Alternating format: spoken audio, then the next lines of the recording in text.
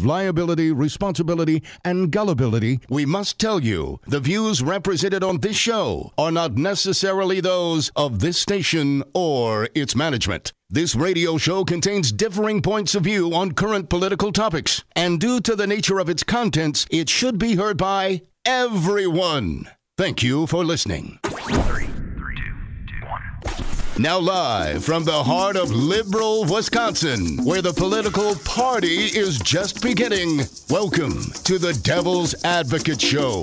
Best friends proving it's never personal, only politics. Please allow me to introduce myself. Now here are your hosts, Dom and Crute.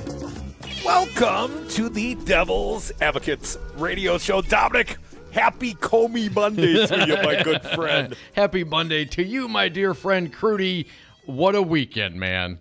It was a great weekend. Everybody kind of got snowed in. I saw someone posted on Facebook, a friend of ours, Karen, she said, I wonder if there'll be a rash of babies born in like January of 2019.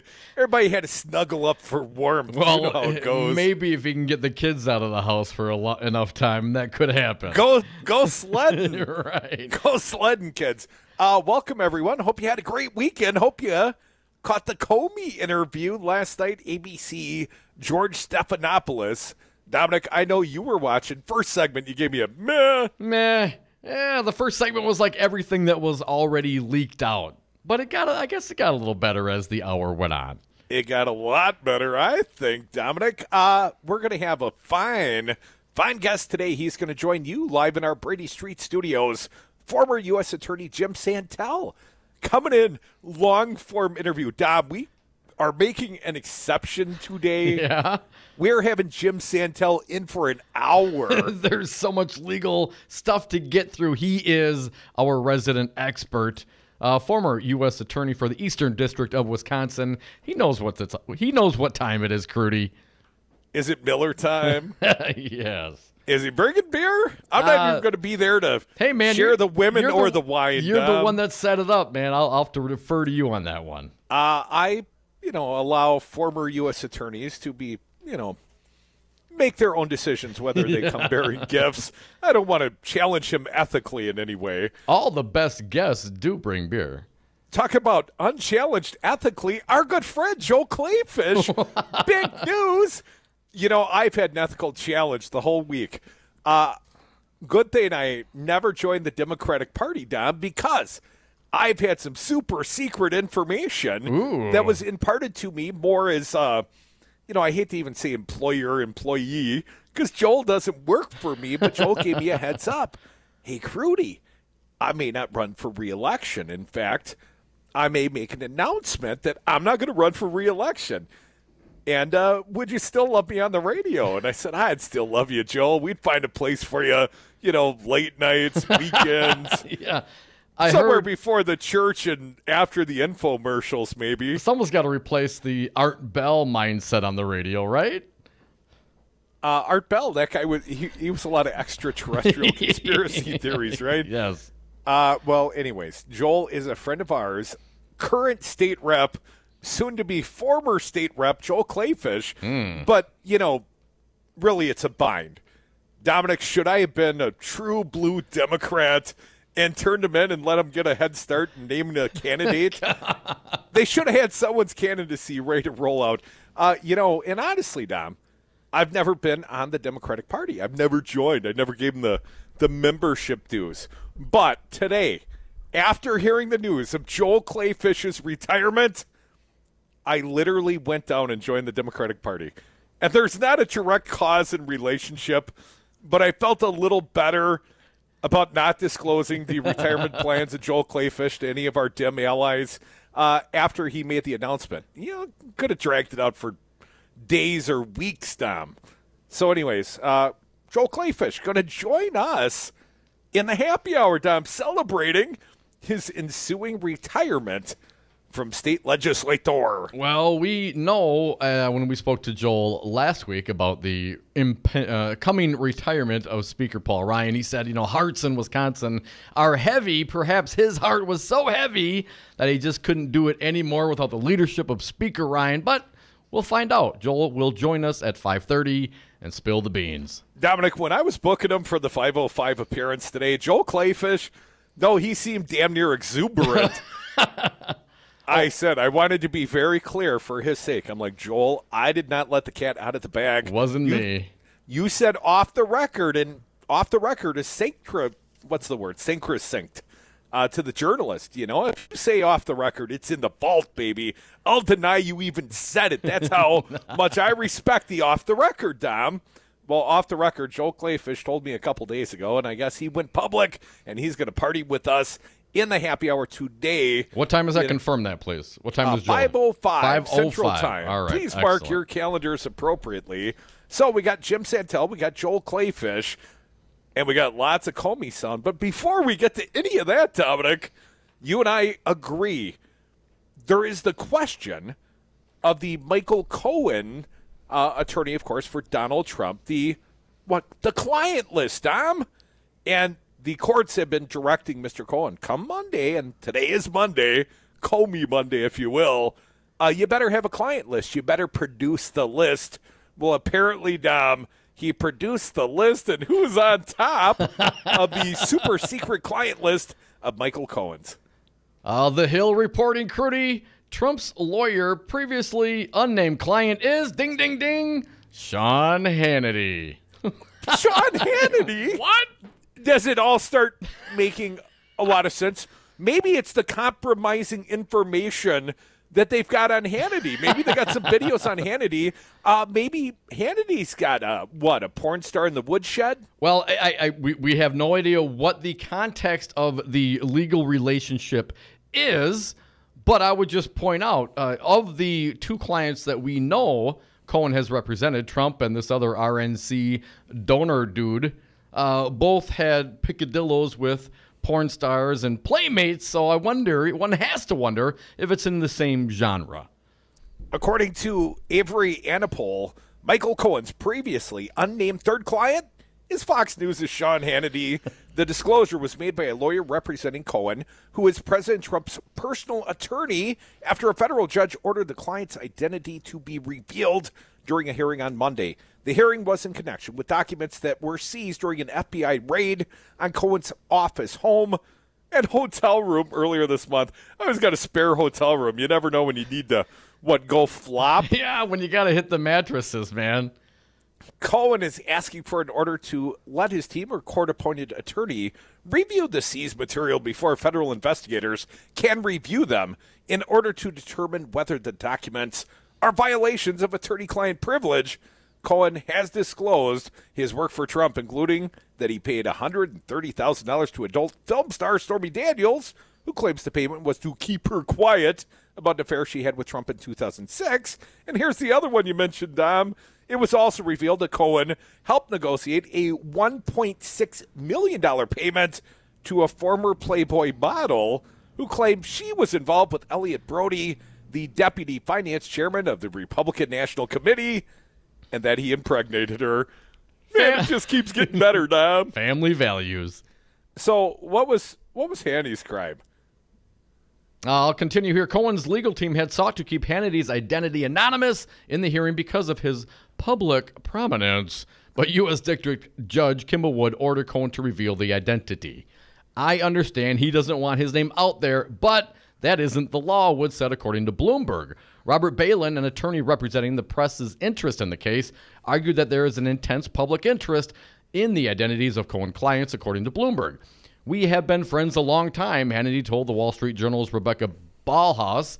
Following the revelation, I have sought legal advice from Michael.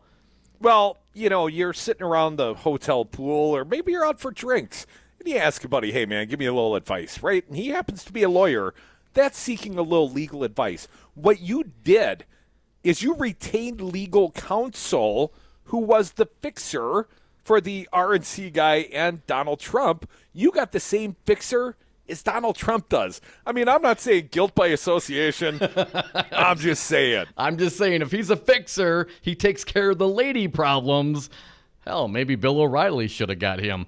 Finishing up the Hill article, Of course, Hannity frequently defends Trump on his Fox News show and has reportedly dined with the president at Mar-a-Lago recently. Trump is known to call Hannity after his show and has often praised him for his ratings. Bigly. Hashtag Bigly. Federal prosecutors are investigating Cohen's use of a private company to arrange payments to Daniels and to the former Playboy model who claimed an affair with Brody. Cohen is also reportedly under investigation for bank fraud and violations of campaign finance laws.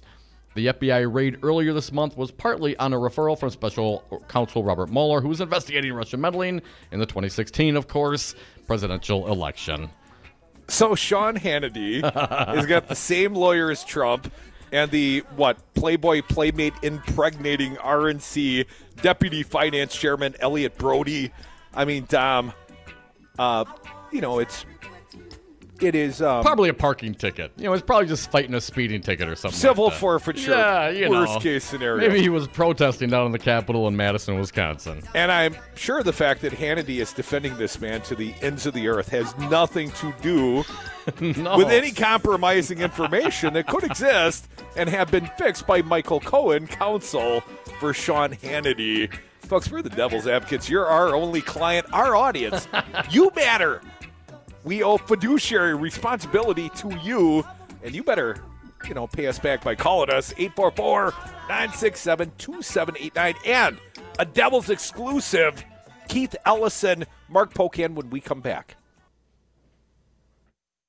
Have you outgrown your house? Are you sick of apartment living? Not ready to buy but know you need to move? Hi, folks. This is Tom Hartman for CCL Management in Middleton. You should consider moving up to one of the finer rental homes CCL Management represents. Unique houses and condos, always clean, most are pet-friendly. Visit cclmanagement.com today to find your new home. CCL Management, Dane County's premier leasing and property management company. Call CCL Management at 833-0009. That's 833-0009. Or visit cclmanagement.com today. Hey, Batman here. Matt Rothschild from the Wisconsin Democracy Campaign. Hoping you'll support us as we track all that dark money that's splattering your screens with mud. You can count on us to tell you who really runs Wisconsin, and it's not Walker, Fitzgerald, and Voss. They're just the water boys for the Koch brothers, WMC, the NRA, and Diane Hendricks. You can find all this out at our website at wisdc.org, and while you're there, please send us a donation so we can keep after these bad guys. My name is Adam Holmes, and I'm proud to be union. Adam, you're Director of Training for Painters, District Council 7. What do you do? I'm making sure that we're investing in our members. We're providing the safest and best trained painters, glazers, drywall finishers, and trade show workers in the industry, and we also do that at no cost to the taxpayers. Why hire unions? Because it costs less to be safe. We keep the contractor on the right side of OSHA and help keep the workmen's comp rates affordable. Join us, Painters and Allied Trades, District Council 7. The Devil's Advocates, rock and roll political commentary in a top 40 world. Do, re, mi. The first three notes just happen to Terrible. So, when need to bring down. I can see listeners dropping off. Let's get some callers before we lose everybody. Betsy from Madison, you're up. Thanks for calling. That will bring us back to do. Terrible. Hey, at least we didn't do Edelweiss. Save the $2 on tomorrow's paper. Listen to the Devil's Advocates today. 5'9".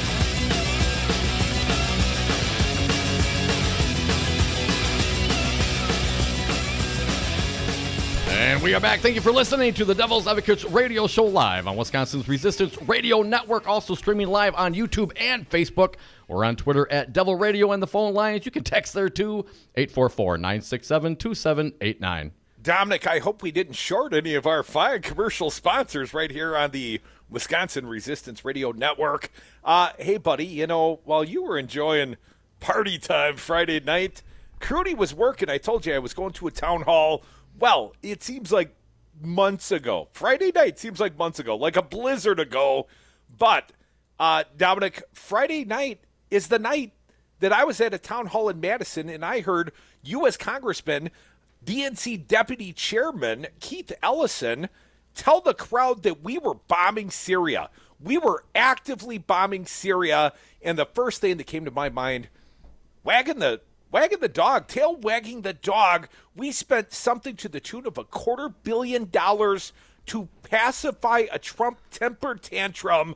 I had seen reporting in Newsweek that we have yet, and Mattis has acknowledged, to provide proof that there was actually a chemical attack in Syria. But I caught up with Mark Pocan, my congressman, Keith Ellison, at a medical town hall listening session with people, Labor Temple in Madison. Dom, I don't have it in front of me. If you'd be so kind, please call the shots. Let's play some sound from Friday night. Let's start with our guy, Congressman, Wisconsin's own Mark Pocan. Keith in for Fancy Brian. Let's go with cut number 2. I haven't seen the details, but earlier this week we put out a statement saying you have to come to Congress if you're going to do something. Unfortunately, all presidents since 9/11 have used a very wide interpretation of the AUMF that puts out there that gives authorization, and the Constitution says you got to come back to Congress. So we're concerned because we put that out, trying to remind the president this week, getting involved has to have a public debate, and it can't just come from the president and the president alone, which is unfortunately looks like what happened. Now, that was Mark Pocan. That was in a loud hallway after the listening session with a bunch of constituents. I think most prominently was Mark Miller's wife. I don't know that for sure. But we did take Keith Ellison farther down the hallway. Hopefully the sound a little better. Bear with us. Keith Ellison, I asked him a similar question, and it was, multifaceted, I guess I would say. Let's share it with the people. But the question, did the president have the authority to go forward with these bombing attacks? Ellison, cut 1. None. And he had ample authority, ample opportunity to bring the issue before Congress. I think that the War Powers Act requires him to come back, and even in advance, because it's not like it was some emergency. I mean, he sort of kicked it around for days. So I'm sure that next week we will be engaging, holding him accountable. He doesn't have any authority to take the action you say. Now, did I say I pulled a good congressman down the hallway? It was right after I realized for a second consecutive interview it was going to be barely usable sound. And now, time sequence-wise, now is when I pulled the good congressman, the deputy director of the DNC, down the hallway, and I asked him continuing questions. I believe Paul Ryan, the next subject I queried, of DNC co-chair, DNC deputy chair, Pocan, you asked Pocan. You were talking to Pocan with regard to Speaker Ryan's role. Let's play cut number 5, Keith. He should be saying you have to come to Congress in order to get authorization. Unfortunately, Paul Ryan's been very complicit in allowing the president to do these actions alone. Yeah, they're still working off of the 9/11 authorization of use of military force. It's only the been one from 17 years. We couldn't use the one from Pearl Harbor bombings? I mean, what are we talking about here? How is it that the president is going to willy-nilly? I mean, perhaps there was some consideration. Other countries were involved, France, Great Britain also engaging in this. But, military strikes and actions are supposed to come from the Congress. And I'm down with either of these two guys, Pocan or Ellison, and even the Republicans. Take back your authority. Don't let executive branch, don't let the president just start dropping bombs because he feels like it. That's not okay when Trump does it. It's not okay when Obama did it. Bomb, Syria, apparently. Let's go. Also, Crudy, you asked not just Ellison, but Pocan. Under what authority does the president have? What is he using to justify this? Here was Congressman Mark Pocan. Cut number 3, please, Keith. He's acting off of an old AUMF after 9/11 that is being interpreted very widely by both Democratic and Republican presidents that they consider gives them the authority. But we would argue it doesn't. We have tried to have a new reauthorization done to ensure that, but the presidents have used this very loosely. Very loosely. And if it can be done loosely, hell, Trump's the guy to do it. Finally, Crudy, your final question to Congressman Mark Pocan. Do you think, Trump's trying to turn the page? I think you used wag the dog. Let's go cut 4. Well, I think, the president's often trying to get off of whatever conversation that he has created some other problem. But in this particular case, there was a chemical gas attack, and I think that there is a a public debate needed about how we respond as a world community, because it's a heinous act. The problem is that doesn't give the president to act alone, and that's the real issue. That is the real issue. Mark Pocan, a fine host of Keith Ellison, a congressman, and of course the deputy chair, I believe, over at the DNC, number 2 behind Tom Perez. Any more sound from the Friday night exclusive? That's it, Crudy. Only for the Devil's Advocates audience, Tom. And not only that, buddy, but I put up a live stream from that kind of event. There's like 40 minutes.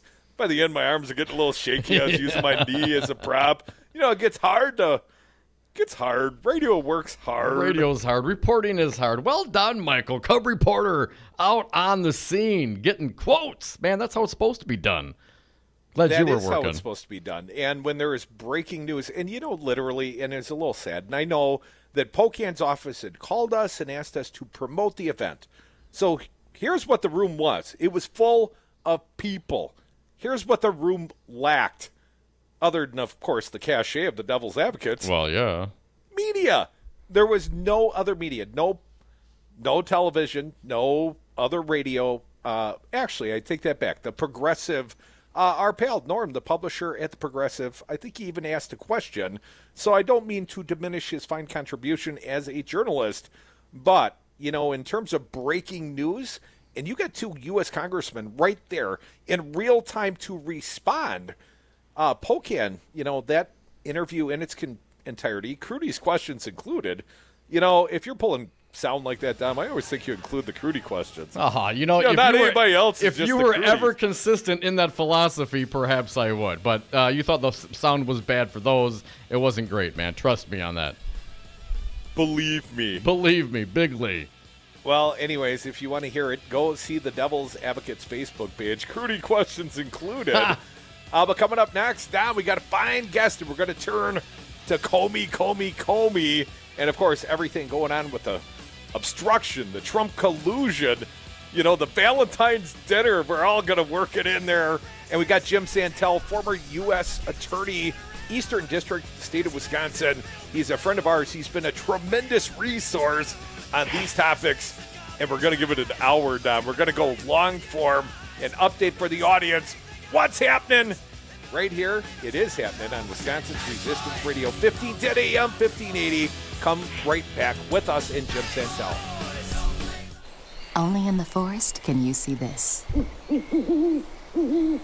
And this. And this. But nothing beats the moment you see that. Cool! That's your child's eyes opening up to a world of possibilities. I didn't know it could do that! Because one trip to the forest can spark a world of difference. There are some moments only the forest can inspire. Find yours at discovertheforest.org. Learn about forests near you and discover cool things to do when you go, like hiking, canoeing, fishing, or camping. Or create your own adventure with family and friends, and you might just see this. Your moment's out there. Find it at discovertheforest.org.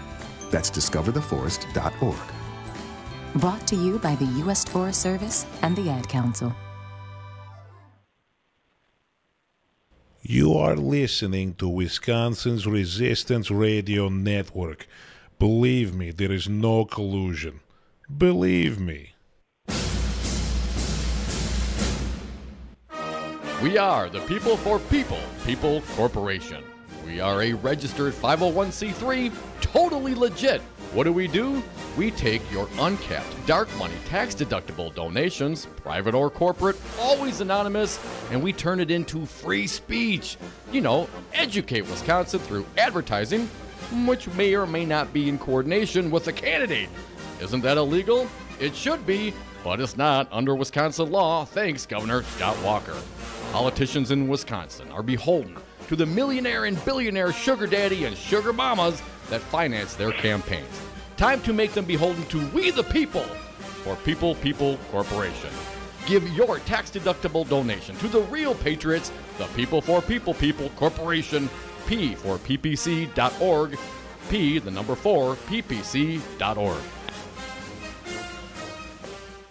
Hi, this is Brad Saug, owner of Zero Res Madison Carpet Cleaning. Zero Res is the best new technology in carpet cleaning. You have a patented process using empowered water, a high-tech process in which we force the water to act like soap. It doesn't want to stay in that state. It's jacked up and it's angry and it wants to hit the dirt and then it neutralizes. When we're done, all that's left in your carpet is just light moisture. In the end, you get the cleanest, greenest, healthiest carpet cleaning available. Call us at 848-9000. Zero Res. Spell it backward or forward. It's the right way to clean. Live via phone, he is former U.S. Attorney Jim Santelle. Firing Bob Mueller doesn't mean that the prosecution, the investigation goes away. Pardoning one individual does not mean that you undo everything that has been done before. So this notion that somehow by shutting down and by pardoning and by sort of stopping the process, you're also stopping the wheels of justice is simply, again, it's simply wrong. The Devil's Advocates, weekday afternoons on 1510 a.m. Wisconsin's Resistance Radio. For Wisconsin's Resistance Radio Network, I'm Stu Daniels with your headlines. In the latest edition of the Nation's Report Card, Milwaukee Public School students continue to struggle scoring well below state and national averages. The Bucks lost to the Celtics in the first game of their playoff series yesterday, 113-107. The game went into overtime on a Chris Middleton three-pointer at the buzzer. Game 2 of that series is tomorrow evening beginning at 7 o'clock Milwaukee time. And the Brewers lost to the Mets 3-2 yesterday. They now come home to start a 3-game series with the Reds tonight. Outside today, mostly cloudy and breezy, then partly cloudy tonight, lows in the mid-20s. Tomorrow, mostly sunny with highs in the upper 30s. And for Wednesday, a 60% chance of rain with highs around 40 degrees. I'm Stu Daniels for Wisconsin's Resistance Radio Network.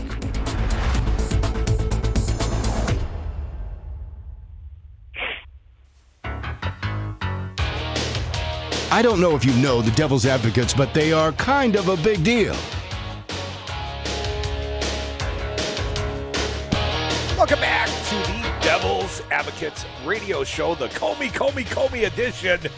Dominic has been joined live in our Brady Street studio by our friend, former U.S. Attorney Jim Santelle. Jim, welcome back to the Devil's Advocates, man. We got to set up a cot for you. You need to move in, as crazy as the headlines are every day. It is always a pleasure to be with the two of you, and glad to be back again today. Yeah, thank you, Jim.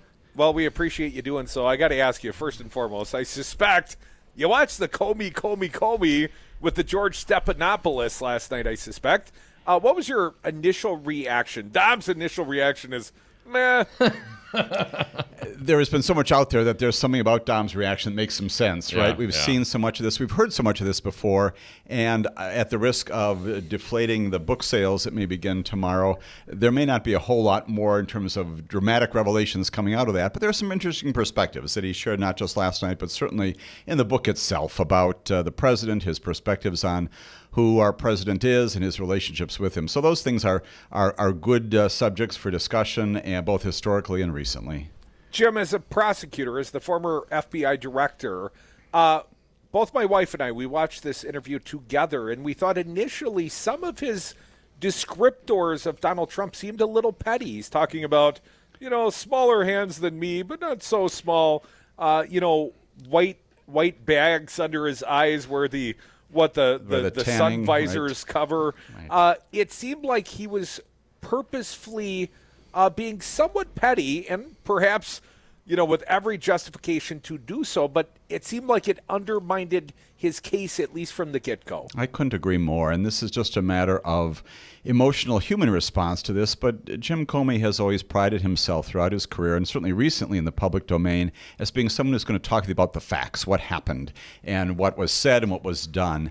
These kinds of things, to my mind, fall in the same category as in the past campaign, for example, when we had the discussion about the size of the president's hands, and Marco Rubio, for example, decided to enter the fray for a little bit and made some jokes about that. You mean little Marco Rubio? And I'm not going to go there. You may do so, and our president may do so, but I won't. But it's the same sort of thing. It cheapens everybody when you have those kinds of discussions, and it doesn't get to the merits of the real issue. So I share your perspective that without telling Mr. Comey's editors about what they should or should not have stricken from this text, I would have been a whole lot happier had that sort of thing not been there. I think it does tend to diminish the force of what he says. And I don't disagree, but I think you're right. the human response. I mean, you have the president trolling you every single day. I mean, you're talking about James Comey. And for him to throw out some facts, you notice the perfectly coiffed hair and figured it might take a long time to do it, and notice the facts of his white eyes and his marginal hands. Those are our facts without being, down in the gutter as the president has been with the slime ball and slippery Comey and all that. Sure, and those, what you're describing is you're setting this theatrical stage, right? You're setting the stage so people can understand where he is and what he's looking at, and that's right. And that gets to the other issue, which I think is equally important, which is how embarrassed we should be as a nation that we are now spending our time calling each other slippery, slime balls, and so forth, and leakers and liars and those kinds of things. And leakers could be taken a couple different ways. Right. It is unfortunate that our national discourse at those highest levels has come to this point. And again, we should be talking about much more important things, and there's plenty to talk about. And unfortunately, we've got these adjectives and hurling these invectives back and forth that are now attracting the attention of lots of people and lots of discussion. Our fine guest, former U.S. Attorney Jim Santelle. Jim, I was a crazy birdie guy myself. But before we talk about the Trump aspect, let's talk about the Hillary Clinton aspect and Comey's choices. Where I took biggest objection personally with Jim Comey was his choice to go out there and make a public proclamation that Hillary Clinton had been careless with emails, et cetera, et cetera. When he did so, when he made this public proclamation, I was waiting for the indictment. I mean, that was the tone of the conversation, to my perception, that Comey was setting that day. And, Jim, I want to get your impression. Now, he claims, Loretta Lynch put him in some sort of untenable spot by meeting with Bill Clinton on the tarmac, and perhaps that's true, but couldn't he have sufficed with a simple, she's no longer under investigation, we've closed this? You have identified what I think is a position of an awful lot of people looking at that press conference of July 5th of 2016 that I think really did a dramatic shift in what was going on in terms of Washington, but also our entire focus on this case. My view is even broader than that, and that is this, that Jim Comey and the FBI, historically and to this day, have a very significant role, and that is to investigate cases. I will tell you, Mike, that on the day that I was watching that, I happened to be in an office here somewhere, I was stunned, not only because of the substance of what he was saying, but that he was saying it at all. Why? Because that's the decision, that's the prerogative of a prosecutor to make those statements, as you're just indicating. It should have been Loretta Lynch, or if necessary, Sally Yates, describing the decision by the Department of Justice. The FBI director, a local FBI agent, they do not have the role of making those decisions about whether or not we'll seek an indictment, whether charges will issue. In our system of justice, that's a prerogative of a U.S. attorney, sometimes an assistant U.S. attorney, but always under the authority of a prosecution office. And so I was stunned that he was doing it significantly, as we've seen again recently. He began also by saying, I want to let you all know that I've had no contact with anyone else inside the Department of Justice or the government. That's stunning to me that he would be doing that. And I know Loretta Lynch has recently said, well, smiling broadly, that that's sort of an unusual way of making a referral to her. But again, quite literally in Washington, D.C., as you know, Jim Comey's office is right across the street from Loretta Lynch's on Pennsylvania Avenue and 9th. This should not have happened this way. And the fact that he then went on not only to announce basically what the prosecution decision is, which is not his role. Certainly they have a role in coming to that conclusion, but not the decisional role in making that final determination. But also then to go on, Mike, as you've just said, to add what are basically civil aura to all of this and saying she was negligent, she was reckless. That, again, that's not the prerogative of a criminal investigator to make decisions and make judgments and provide adjectives like that. We just don't do that. Well, Jim, I have to ask you, though, given the political, the timing of the whole thing and the fact that Lynch was, of course, a Hillary supporter, if Comey comes out and says, look, if Loretta Lynch had come out there, it would have done damage to the institution, having a political hack, those are my words, just saying it, come out and people wouldn't believe it. It would do damage to their organization. Do you give any credence to that statement? I do, absolutely. And again, we certainly have discussed a lot about what may have happened on the tarmac when Bill Clinton comes and has a discussion with Loretta Lynch, Right. where maybe we're talking about grandchildren, maybe we're not. We may never know for certain. We probably will not. But I'm a betting man, though. You know what I'm saying? And I'm a cynical guy. I'm not buying that. Right. And there is arguably that taint to it. The reality is then, if it can't be Loretta Lynch, someone inside the Department of Justice across the street should have done that. Sally Yates, for example, who was the Deputy Attorney General. We've got many other people who could have been the ones announcing that prosecution decision, that declination decision, and then perhaps also going on to describe the reasons for it. My concern is just the role that he undertook. And I also think, or perhaps anticipating your next questions, is that also set him up then to be the spokesperson for the Justice Department. And I kept wondering throughout the summer and into the fall, as we headed into the election, where is the Attorney General in announcing these things? And the announcement then 10 days before that we're reopening this based upon the discovery inside the laptop. We've got more emails to look at. Again, he felt compelled to do that, which we can discuss the merits of that as well. Well, Jim, you're stealing my thunder. All right, That's I'll let you exactly go where I ahead wanted and to ask the take next ya. question here, right? If it was bad enough when he was condemning her short indictments, well, it was certainly damning politically when these things dropped, a couple days before the election, and one must consider at the very time he's making the announcement that there's new emails and Anthony Weiner's got 100,000 emails. Well, Donald Trump was also under investigation at that very time by the FBI, and while Comey, plays coy and says, well, it was the early stages, quite frankly, both of these candidates were concurrently under investigation, we only heard about one side. I think that's right. And I think, Mike, once again, your concern, your criticism is well taken. I should step aside a little bit and say we can get back to this, but I think as most other Americans do, that Jim Comey is a thoughtful, intelligent, bright, hardworking, good public servant. I think he went awry. I think he went awry in the summer and into the early fall of 2016.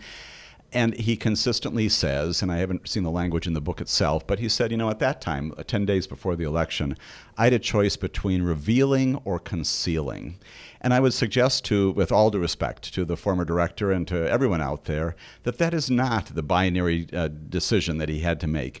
The answer is just as it was with respect to the Donald Trump investigation, likewise with respect to Hillary, there is an ironclad rule, with the exception of if there's a true compelling public interest, that we do not disclose the existence and the status of pending investigations. And so, again, maybe that changed by virtue of the fact that the director of the FBI had gone out in July and begun to talk about all this. But the reality is what Jim Comey should have done in October, to my mind, is simply paper his file as he always did and say, listen, we have discovered these additional things. We have a principle, a policy inside the Department of Justice that says that we do not disclose the pendency of investigations. I'm not disclosing the Donald Trump investigations. I'm not disclosing the reopening of the Hillary Clinton investigation because I don't want to violate Department of Justice policy. Again, I take exception to the fact that he sent that letter to the Congress at that time and opened up this door once again. Now, Jim, ultimately, I think that James Comey, and I have not read the book yet, obviously it's not in wide publication yet, but I understand James Comey was under the impression, like many of us, that Hillary Clinton was going to win. Yes. And quite frankly, perhaps his thought that this issue with Donald Trump would never make it to light of day. He might be investigated and whatever would be, but it wouldn't affect the presidency. Yes. And I'm not clear if he claims he didn't vote for either candidate, but he's got, four daughters and a wife that were all Hillary backers. Do you think he was, trying to give a little balance in the family? Do you think there was any political motive that could be attributed to Comey, at least from an outsider's perspective, looking at the choices he made. Sure, and he acknowledges that in the excerpts that you and I, all of us have seen from the book, that he was animated by that fact that everyone thought, probably even now President Donald Trump thought, that in fact Hillary was going to win that election.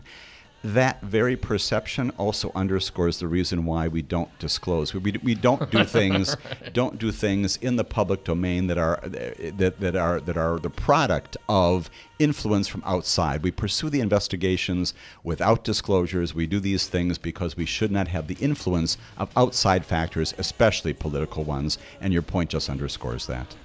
Former U.S. Attorney Jim Santelle, our fine guest in the Brady Street Resistance Radio studios. We'll go to break. We'll come back. We're going to do a deep dive. We haven't even gotten to Trump yet. I cannot wait. It's Comey Monday with our friend, former U.S. Attorney Jim Santelle. More of us, more of him when we come back.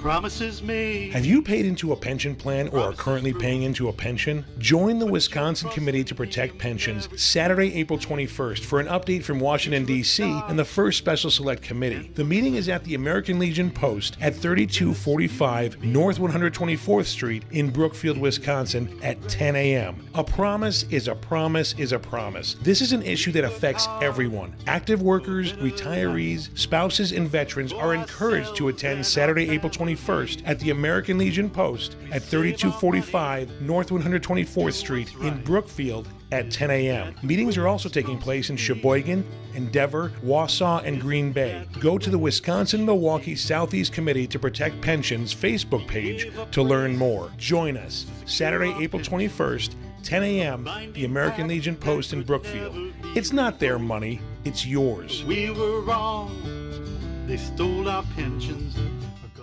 180 over 111, and I had a stroke. I couldn't speak or walk. 150 over 90, and I had a stroke. This is what high blood pressure sounds like. You might not feel its symptoms, but the results from a stroke are far from silent. Get back on your treatment plan or talk with your doctor to create a plan that works for you. Go to loweryourhbp.org. Head to toe, everything's changed. Brought to you by the American Stroke Association, American Medical Association, and the Ad Council. The Devil's Advocates. Tom Perez, chair of the Democratic National Committee. Scott Walker went on something of a Twitter storm, very Trumpian. What do you think this foretells for Scott Walker's future as the governor of the state of Wisconsin? Wisconsinites have woken up. He talked about we need an optimistic message. How can you make people feel optimistic when you take away their health care? How can you make people optimistic when you take away the right to bargain? How can you make people feel optimistic when you're gerrymandering the heck out of districts? Radio for the 99%.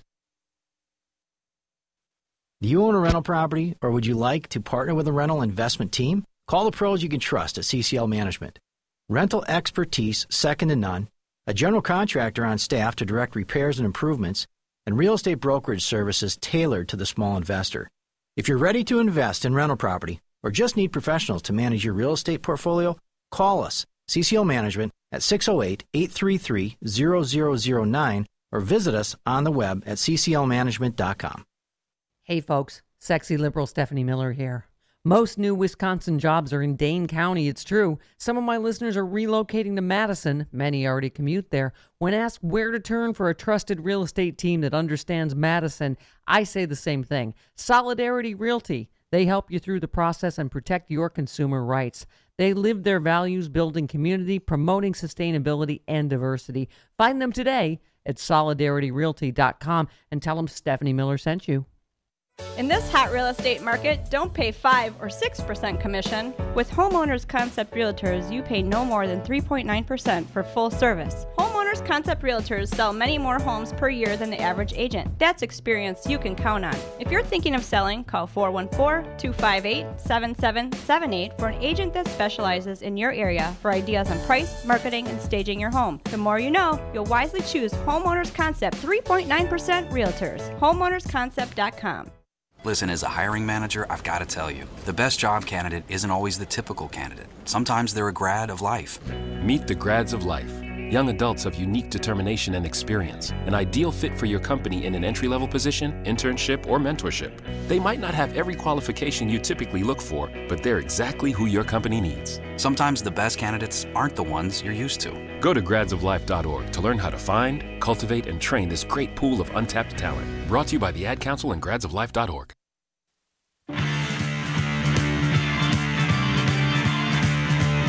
The devil's advocates may not agree on much, but funny is funny. And we are back. Thank you for listening to the Devil's Advocates radio show live on Wisconsin's Resistance Radio Network, also on YouTube and Facebook. We're on Twitter at Devil Radio, and if you miss any of this fine program, you can download interviews and podcasts at domandcroot.com. Dominic, we got a fine guest live in the Brady Street studios. He's Jim Santelle, a former U.S. attorney, a friend of ours, giving us comprehensive legal coverage in all things Comey, and I can't wait till we turn to Stormy. But, Dom, I know you wanted to talk about Loretta Lynch first. I do, and I need your help on this, Keith. Cut number 30, Comey last night talking about distancing himself from Lynch after the tarmac. Cut 30. I decided I have to step, as much as I like her, I have to step away from her and show the American people the FBI's work separately. And then cut number 42, also on Lynch. Given all that had gone on, the Attorney General of the United States could not credibly announce this result.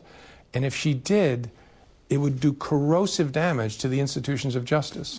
Now, we kind of, I guess I touched on this in the last segment, Jim, but do you think that Loretta Lynch, by that tarmac meeting, had tainted her own ability to get out in front and actually do her job given the political situation they were in? I'll say two things, maybe even three, Dominic, not surprising from me, right? One is I have known Loretta Lynch since the time she was a U.S. attorney in the Clinton administration, also from the Eastern District of New York.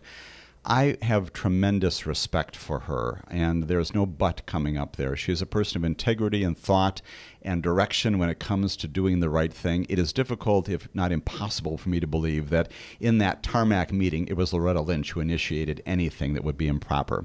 We don't know. I don't know Bill Clinton. We know him as a president, and who knows exactly what was said during the course of that meeting. I think, even though we don't know, I think it's a bit of a stretch to say that she was so compromised by this that no one inside the Department of Justice could have articulated the reasons for, or simply announced the decision not to pursue criminal matters against Secretary Clinton. I think Jim, sorry to interrupt. Sally Yates had not yet been, quote-unquote, tainted at that point, right? I mean, absolutely. We didn't even know the name Sally Yates at this point. Would she not have been the proper vehicle of this message? She's the Deputy Attorney General, and again, I do know Sally Yates. All of us knew her for a long period of time, a wonderful prosecutor of Atlanta, U.S. Attorney, and then Deputy. And again, she was not fired, as we recall, until she went to the White House to talk about Michael Flynn, and matters followed from that. The answer is yes. There are people inside the Department of Justice who are prosecutors who have that role, that responsibility. And so, again, I take some exception to Jim Comey's sense that because of that tarmac conversation, about which we do not know the ultimate facts, that the entire Department of Justice was so tainted that he was the only one who could announce those decisions. Jim, let's talk about some facts that we do not know specifically, and they do throw some taint out there. Let's talk about Comey discussing the allegations against Donald Trump in hookers and, you know, doing despicable things to a hotel bed where apparently the Obamas once stayed in Moscow. Now, what about the way James Comey played this? Talking about factless speculation, if there's a 1% chance, that's perhaps not something he should be out there reporting. What do you think about how Comey handled the whole PP tape thing? I put this somewhat in the same category as our initial conversation, 10, 15 minutes ago, which is I don't know, mostly because we don't know exactly what happened. Plainly, this is dossier material, and maybe one day we will have a better sense of it. But it also comes pretty close to falling into the same category with the slightly orange, bright half moons under his eyes comments. I don't know that he needs to go down that road, especially since we're not sure. We can't be certain. And again, the 1% comment makes for interesting reading. Here it is. We are discussing it. The nation's discussing it. But again, our focus should be on what exactly was the relationship between Jim Comey and the president, what was said, what was done, and those kinds of things. Once again, Mike, I think they tend to detract from his overall story. Now, Cohen, I got to ask you, the fixer for Donald Trump, and apparently Sean Hannity and some RNC guy, the fixer Cohen, should the spotlight be on the plight of Cohen? Because seemingly he's the one in most legal jeopardy, at least on the front pages. Do you think there's any chance that Cohen flips on his boss? And in option to that, do you think there's a greater likelihood that Donald Trump offers him a pardon? Right. Lots to unpack there. Pardons and plea agreements and cooperation. Lots going on there. And of course, we should in fact be focusing on this because these are things that are going to affect not only the investigation, but where this all ends up. Plainly, Michael Cohen, if you were to describe all this, as we discussed the last time we got together, is more and more at the center of all of this, not just Stormy Daniels, but now it turns out we do have some Ukraine connections and other things we don't know. We don't know, as we talked last time, about the exact focus of the search warrant that was executed at his home, at his hotel, and his office last week. All of this, once again, indicates that Michael Cohen is in some serious jeopardy. He has not yet been indicted, which is something else we should chat about. But even as he is in court this afternoon, plainly his attorneys are taking a very serious view of this because, as you indicate, he is at the focus of an awful lot here. Jim, we got 1 minute left in this segment. If you'd be so kind, stick around. But I got to ask you, this newest Cohen disclosure of Hannity as a client, this is in direct response to the Stormy lawsuit, right? It is. And Judge Kimba Wood, also a name from the past. You may recall Kimba Wood was one of Bill Clinton's first choices for Attorney General, so we've got lots of history to think about here. But Kimba Wood asks for a disclosure of Michael Cohen's clients. He identifies at least three of them. He says it's Donald Trump, it's the former the fundraiser for the Republican Party, this Elliot Brody, and then also Sean Hannity. And again, that's problematic for many reasons, but some of them just public in the public domain as he talks about these issues. Former U.S. Attorney Jim Santelle, stick around. More deep dive. It's time for Trump and Stormy. When we come back, more Devil's Advocates.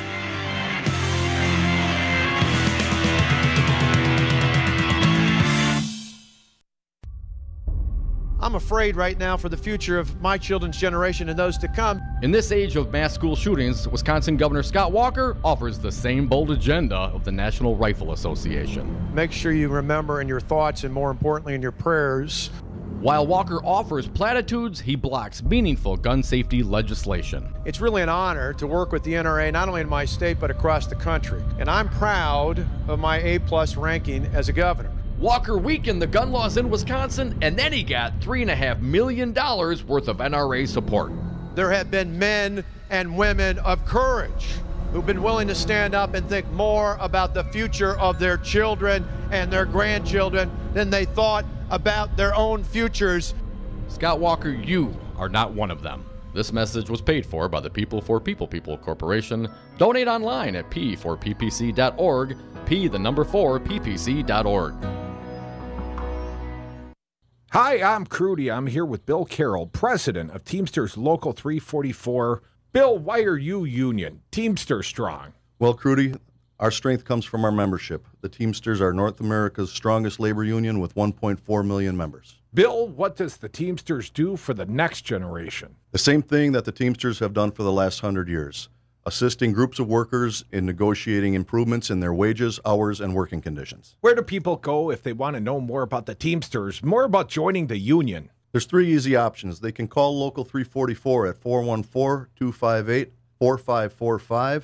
They can contact us through our website. That's local344.org. Local, the number is 344.org, or they can contact us through the Local 344 Facebook page. Be union strong. Join Teamsters 344. Be like Rudy. Be like News Talk 1510 AM. Stand with the unions. Join the Teamsters. Local344.org.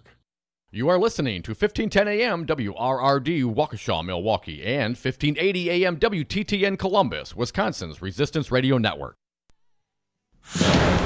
It's Hannity's Starbucks Manager Out. I'm Michael Toscano. A partial ruling on behalf of President Trump's personal lawyer, Michael Cohen, in a Manhattan courtroom trying to keep federal agents from going through his records that they seized. Judge Kimba Wood issuing a statement saying that the FBI and prosecutors aren't being allowed to look at the material just yet. Somebody's going to have to go through it and figure out what they can see and what they can't. But before this, Cohen's lawyers were forced to admit that the name of the Cohen mystery client they did not want to name is that of Fox News personality and Trump buddy Sean Hannity. But Hannity says Cohen is not really his lawyer. I have occasionally had brief discussions with him about legal questions about which I wanted his input and perspective. And I assume that those conversations were attorney-client confidential. He says he never paid Cohen. The controversy over two black men being taken out of a Philadelphia Starbucks by police has resulted in the manager no longer working there, Natasha Chen, covering today's developments. Protesters entered the store calling for her termination. What do we want? Liberation! When do we want that? Now! But the Starbucks CEO said the blame is on him. These two gentlemen did not deserve what happened. And we are accountable. I am accountable. After transporting the men to a local precinct, the officers were told Starbucks was no longer interested in prosecuting, so the two men were released from custody. I'm Natasha Chen reporting. South Carolina prison officials detailing the cause of last night's prison riot that left 7 inmates dead. Corrections Director Brian Sterling. This was all about territory. This is about contraband. This is about cell phones. These folks are fighting over real money and real territory while they're incarcerated. A federal judge in Seattle has ordered President Trump not to take any action barring transgender troops from serving in the military, saying it's unclear if recent tweaks to the Trump policy are constitutional. I'm Michael Toscano. I was on Zero Res Madison's Facebook page the other day, and they have almost 2,000 testimonials from local customers. Apparently, I'm not the only one stoked on how cool this company is. A green technology that actually works better and doesn't cost more. It's a no-brainer. I'm in. We are starting our own Devil's Advocates revolution to free your carpets from harsh chemicals and soaps. Call Zero Res today and ask for the Dom and Crute special 608-848-9000 or schedule online at ZeroResMadison.com. Zero Res, spell it forward or backward. It's the right way to clean. We got Mark Pocan live via phone. Mark, does Paul Ryan hate poor people? Oh, he hates poor people and middle-class people. I mean, I think when he was probably 5 years old playing with Play-Doh, trying to, adjust the taxes on Play-Doh. And so, to be fair, I think he's doing what he always said he was going to do. It's just no one actually believed he was either that cruel, evil, or dumb to do it. The Devil's Advocates, weekday afternoons on 1510 AM, Wisconsin's Resistance Radio. The 122nd running of the Boston Marathon took place today, and Steve Kastenbaum tells us it was run in pretty nasty weather. It was Des Linden's 6th Boston Marathon, and she thought this wasn't going to be her day. She even slowed down to help fellow American Shalane Flanagan, who momentarily left the course for a bathroom break. Early on in the race, I was feeling horrible, and I was like, I just kind of nudged her and said, hey, I might drop out.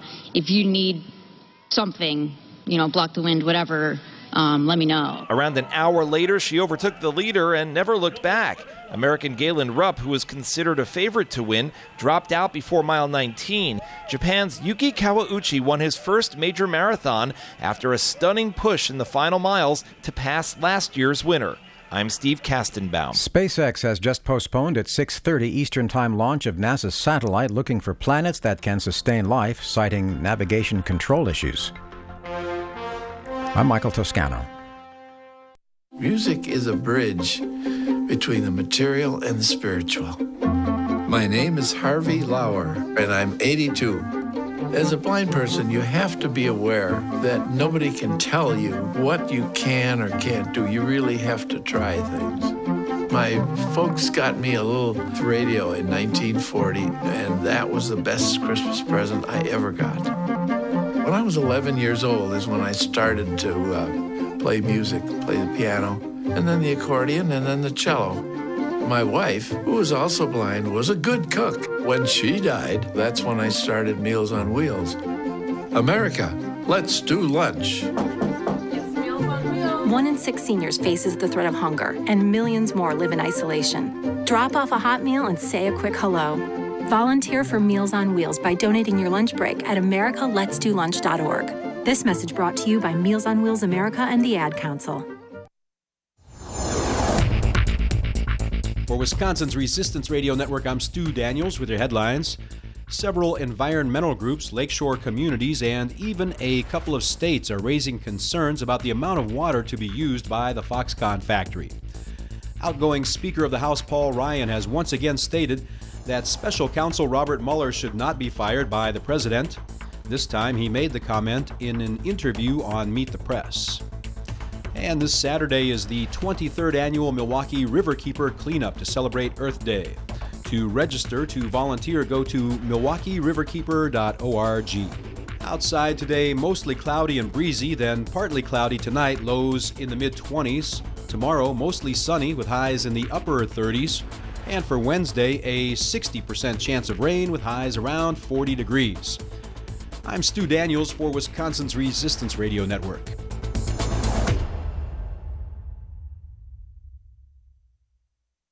The following program is a presentation of DC Communications, LLC. Warning, you are about to listen to the greatest radio show ever.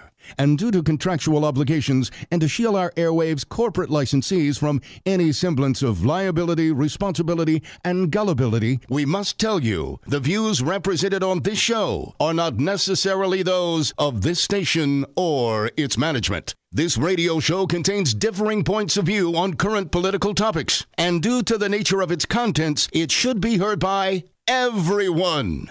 Thank you for listening. Now live from the heart of liberal Wisconsin, where the political party is just beginning, welcome to the Devil's Advocate Show. Best friends proving it's never personal, only politics. Please allow me to introduce myself. Now here are your hosts, Dom and Crute. Welcome back. Hour 2 of the Devil's Advocates radio show. Dominic, we got a fine guest. He's sticking around. Thank goodness. He's Jim Santelle, a former U.S. attorney, a friend of ours, our legal expert, giving us all the insights we need on Comey Monday. And, Jim, I got to jump back into it, man. Obstruction of justice. So many tentacles, so many rabbit holes we could go down. Let's use the plain one. I think we've already seen, some evidence that Trump fired Comey to alleviate the pressure of the Russia investigation. How do we know that? He went on NBC News and he told Lester Holt, and then the Russians reported it that he told, 2 Sergis in the Oval Office. Jim, this seems so obvious. Mueller will issue some sort of guidance, some sort of report on obstruction. Could the report include indictments? It certainly could, depending upon how far the investigation goes. Again, obstruction is not necessarily just a singular defendant. Often one obstructs with other people. There could be conspiracy charges here as well. But I think, again, Mike, you've hit it right on the head, which is that as you think about obstruction, which is a difficult case to show, unless you really have got evidence that I'm giving you $10,000 to throw your vote, and I've got that on tape, and it's that kind of clarity, which we probably don't have here. It's all about the entire scope of activity, and so you've identified one of them, which is just the firings here or the possible firings here of individuals. We start with Jim Comey. Right now, the nation is focused on whether or not the special counsel himself will be fired. We're talking about Rod Rosenstein, and all of that in and of itself may or may not be obstruction, but it certainly looks like it, right? As you begin to try to shut down the very investigation that's being pursued against you, in concert with many other things that could very well support a prosecution for obstruction. And the other piece of this, of course, pardons, which are also very much out there. Yeah.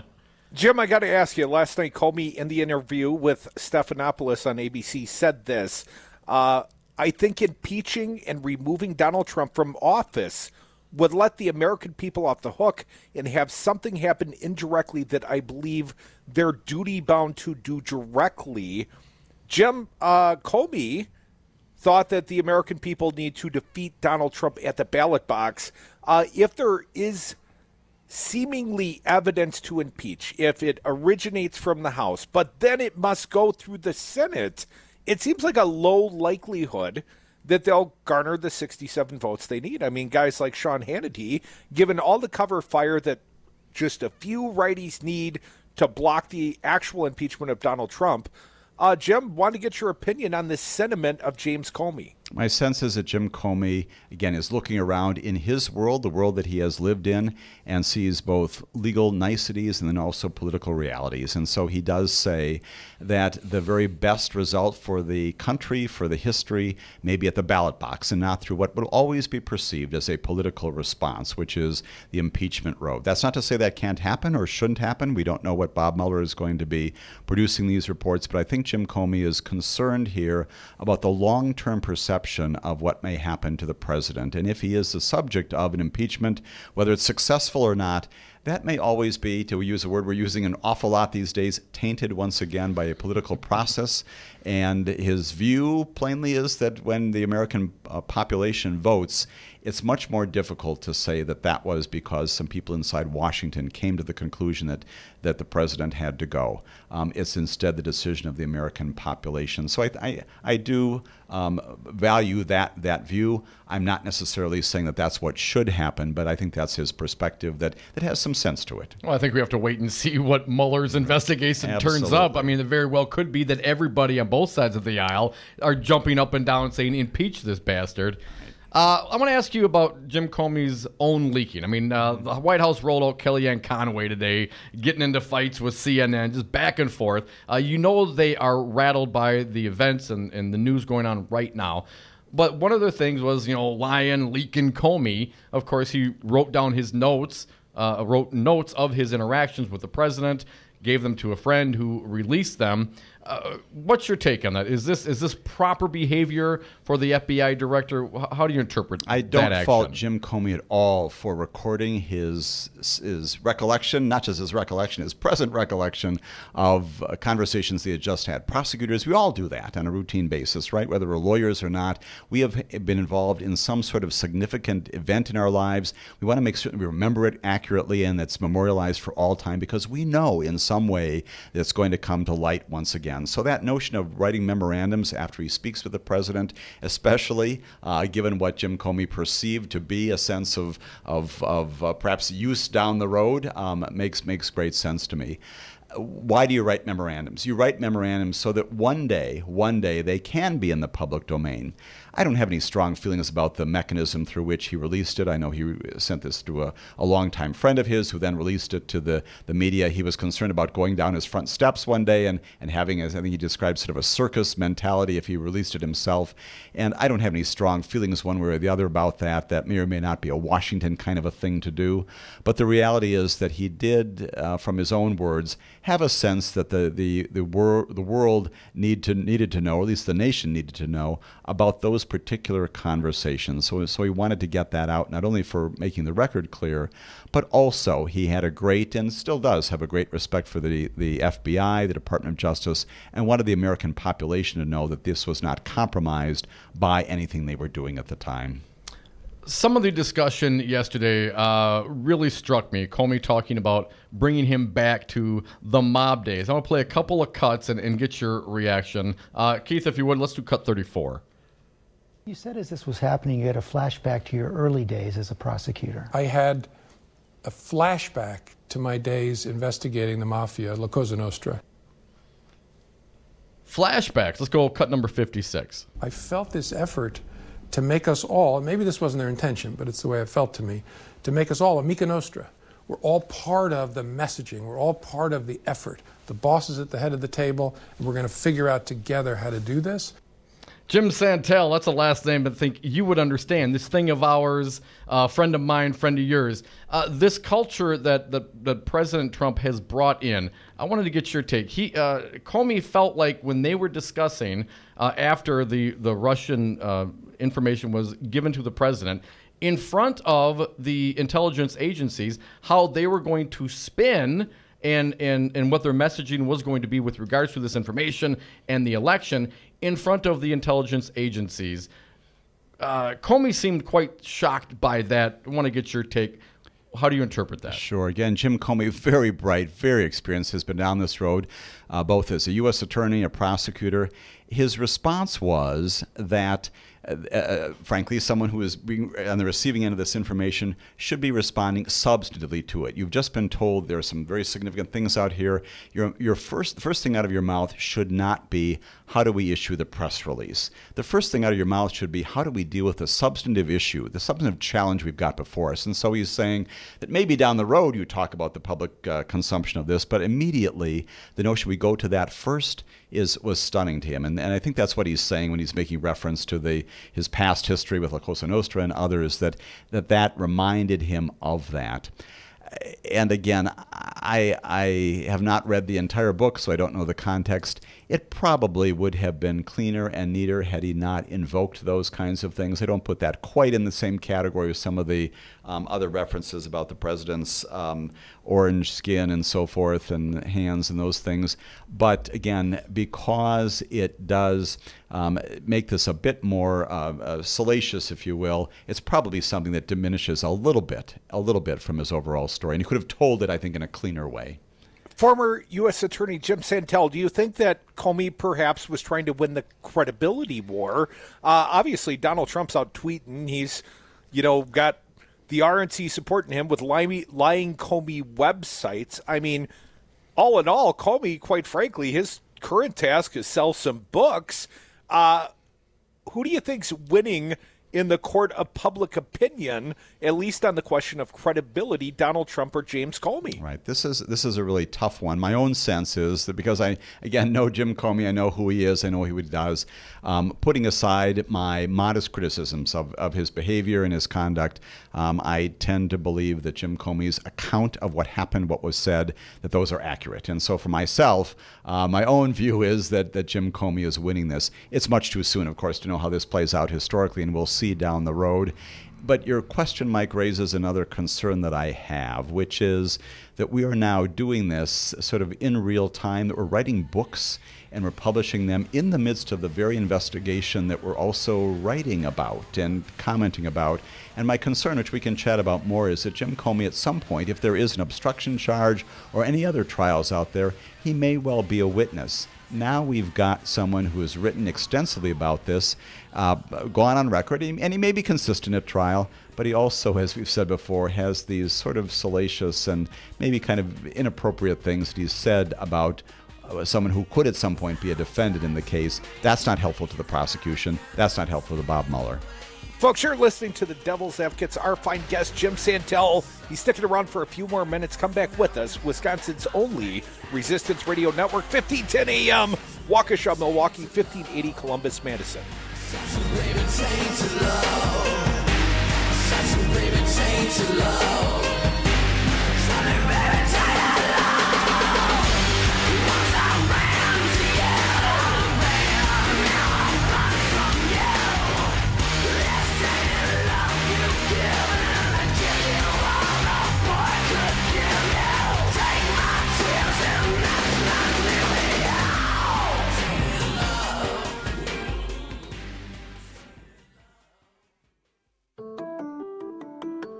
If you're like a lot of companies, you know you need IT, but you aren't sure where to start. That's where Five Nines comes in. Hi, I'm Todd Stryker, President and CEO.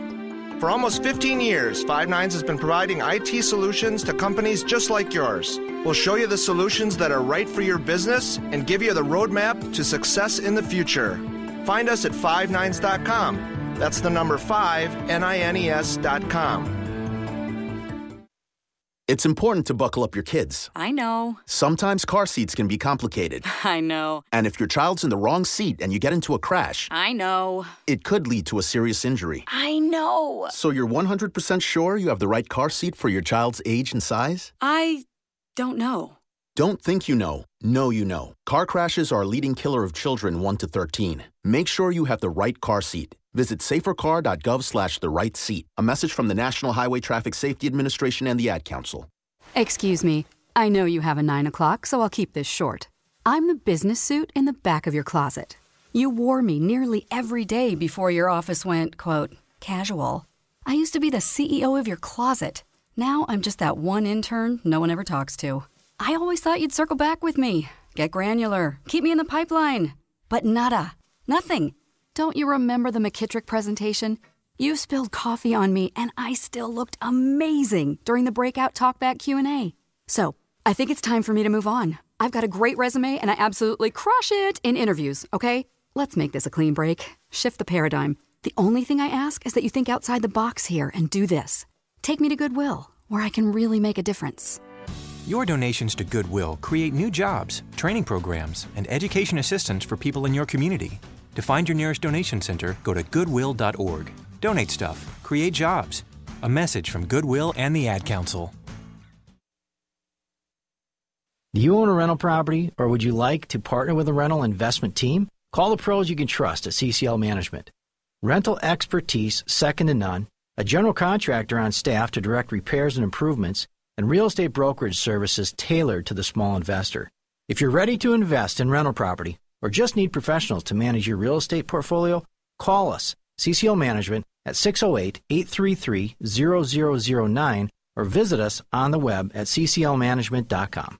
Have a drink at Regano's Roman Coin. This neighborhood corner tavern is as classic as the street it occupies. Family owned and operated since 1966, Regano's Roman Coin is located in a former Pabst Tide House on historic Brady Street, serving an array of craft beers with a focus on Wisconsin breweries. Also, weekly drink specials, trivia on Wednesdays, seasonal sporting events, parties hosted for all occasions, and pet friendly. Open 11 a.m. Tuesday through Friday, 10 a.m. Saturday and Sunday. Closed on Monday. Regano's Roman Coin, Milwaukee's pet friendly, cash only order and classic corner tavern. Whoa. The moment my son saw a redwood tree. It's huge! Is the moment I knew that for him, You can't even see the top of that thing. even the sky has no limit. There are some moments only the forest can inspire. Find yours at discovertheforest.org. Learn about forests near you and discover cool things to do when you go. Your moment is out there. Find it at discovertheforest.org. Brought to you by the U.S. Forest Service and the Ad Council. The Devil's Advocates. My Congresswoman Gwen Moore. I think that you guys are filling a very important space. I think African Americans consume radio at a very high rate, and they really rely on radio for information. And so, word of warning to all those candidates out there, don't ignore these inexpensive ways to advertise. Well, wait until we get our FM. They're going to get more expensive all the time. Radio for the 99%. The Devil's Advocates, because it's always 420 somewhere.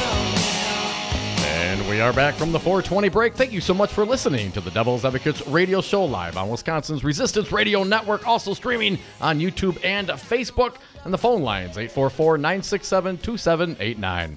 Dominic, I'm enjoying the optic of you standing next to a former U.S. Attorney, Jim Santelle. Right, he's not the 420 break. And he's not prosecuting me today. Your turn will come, Sylvia. Jim, I got to tell you, Donald Trump watched a little show over the weekend on Netflix about Trump back in the Manhattan days. His original fixer was, Senator Joe McCarthy's fixer, Roy Cohn. Well, if Roy Cohn was still alive and still the legal counsel for Donald Trump, do you think Cohn would be telling Trump, go fire Rosenstein, go fire Mueller, do what you got to do, fight it at every step of the way? I know what you know about Roy Cohn, which is historical and his activities in the past. We do know that Donald Trump learned an awful lot from Roy Cohn. He says that publicly. And my guess in answer to your question is yes. He probably would say, do what you need to do to get through today and tomorrow and the next day. And if that means doing things that are outrageous and inappropriate and arguably illegal, we'll see that down the road. That's probably what we see going on here outrageous, today. Illegal. That's just every other weekend for this Trump administration. Let me ask you this. How would this work out? If I'm Trump and I'm taking the dark Sith Lord's advice, and I'm just going to start going nuclear. I'm firing everybody. I start with Rosenstein, Sessions. what happens then? Sure. And again, we're getting into Saturday Night Massacre sorts of things. October of 1973 with Richard Nixon going down this road. Although there's some people who say we're in a slow Saturday Night Massacre even right now. With give us till next week, and we'll be Monday morning quarterbacking these pirates. Right. So we do have an attorney general who has said that he is recused from these issues. He plainly kind of drops in and out from time to time. You certainly could fire Jeff Sessions. The president has that authority to do that. But we know that Rod Rosenstein is the one who plainly has approved not only FISA warrants for Corey Lewandowski, he's approved the search warrant in the Southern District of New York. So Rod Rosenstein is plainly in charge of this. And so that is the reason for the focus right now nationally and from the president on Rod Rosenstein, the Deputy Attorney General. Also, as I've said before, a good guy who's got integrity, who's got knowledge, and who's got great experience. You fire your way through this. You fire Rod Rosenstein, and your problem does not go away. The Department of Justice is a big place, and I mean that literally and also sort of figuratively as well. The next person in line is the Solicitor General. Right now it's a fellow named Noel Francisco, and he then is the person who's responsible for doing what may be directed to him or handling the investigation. He's the Solicitor General. That's a really different role. That's the person who advocates before the Supreme Court on behalf of the government, on behalf of the United States. There are other people. There's an Associate Attorney General. There are all sorts of Assistant Attorneys General. And so you can go down the line. The reality is there are U.S. attorneys. I was one of those in the previous administration. There are 92 of those. And the point of this, Dominic, which is implicit in your question, is you cannot fire your way out of an investigation. And you can begin to go down that road, but at some point, hopefully, better minds will take over, whether it's in Congress or other places, and say, Mr. President, enough. And this is not a way of handling this, and it's not a solution to his problem. It really is not, even though Roy Cohen may, in fact, from some other place in the world, may be looking at this approvingly. In the same way, I will say that you cannot issue pardons and pardon your way out of this problem. We know very well that simply by issuing a pardon does not prevent anyone from testifying. In fact, you lose your Fifth Amendment right to invoke that right and to refuse to testify. You got a pardon. You've no got worries a pardon. now. You are off the hook, and for that reason, you do have to testify. And so, even that issue, the notion of pardoning your way through this, through Manafort and maybe through others who are out there, simply is not a solution. But the fact that this is being raised and being thought about, again, indicates that the president and perhaps others around him are exploring all of these issues and options, none of which is realistic. Jim, I can't believe we're almost out of an hour, but I got at least one final question. If Fox News had existed while Nixon was going through Watergate, would he have survived?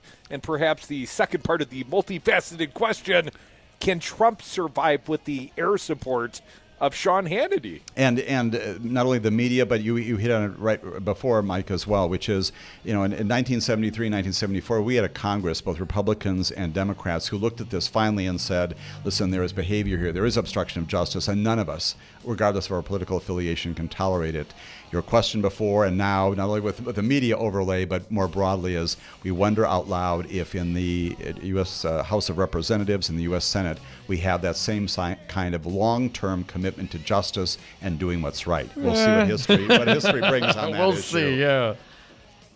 Former U.S. Attorney Jim Santelle, a fine guest, a friend of ours. Thank you so much. I feel like an hour we're just scratching the surface. It seems like we are, but we'll be back whenever we need to and talk more about all these good issues. All right, thanks, Jim. Jim, we're here. We can't wait for the annuals of history. We're writing history right here on the Devil's Advocates Radio Show. Thank you for being a part. More of us. Come back with us. Wisconsin's only Resistance Radio Network, 1510 AM, Waukesha, Milwaukee, 1580, Columbus, Madison.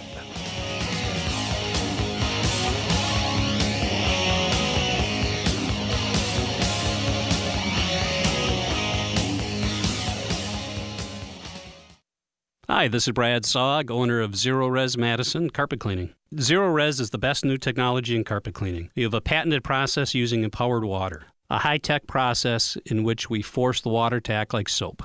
it doesn't want to stay in that state. It's jacked up and it's angry and it wants to hit the dirt and then it neutralizes. When we're done, all that's left in your carpet is just light moisture. In the end, you get the cleanest, greenest, healthiest carpet cleaning available. Call us at 848-9000. Zero Res. Spell it backward or forward, it's the right way to clean.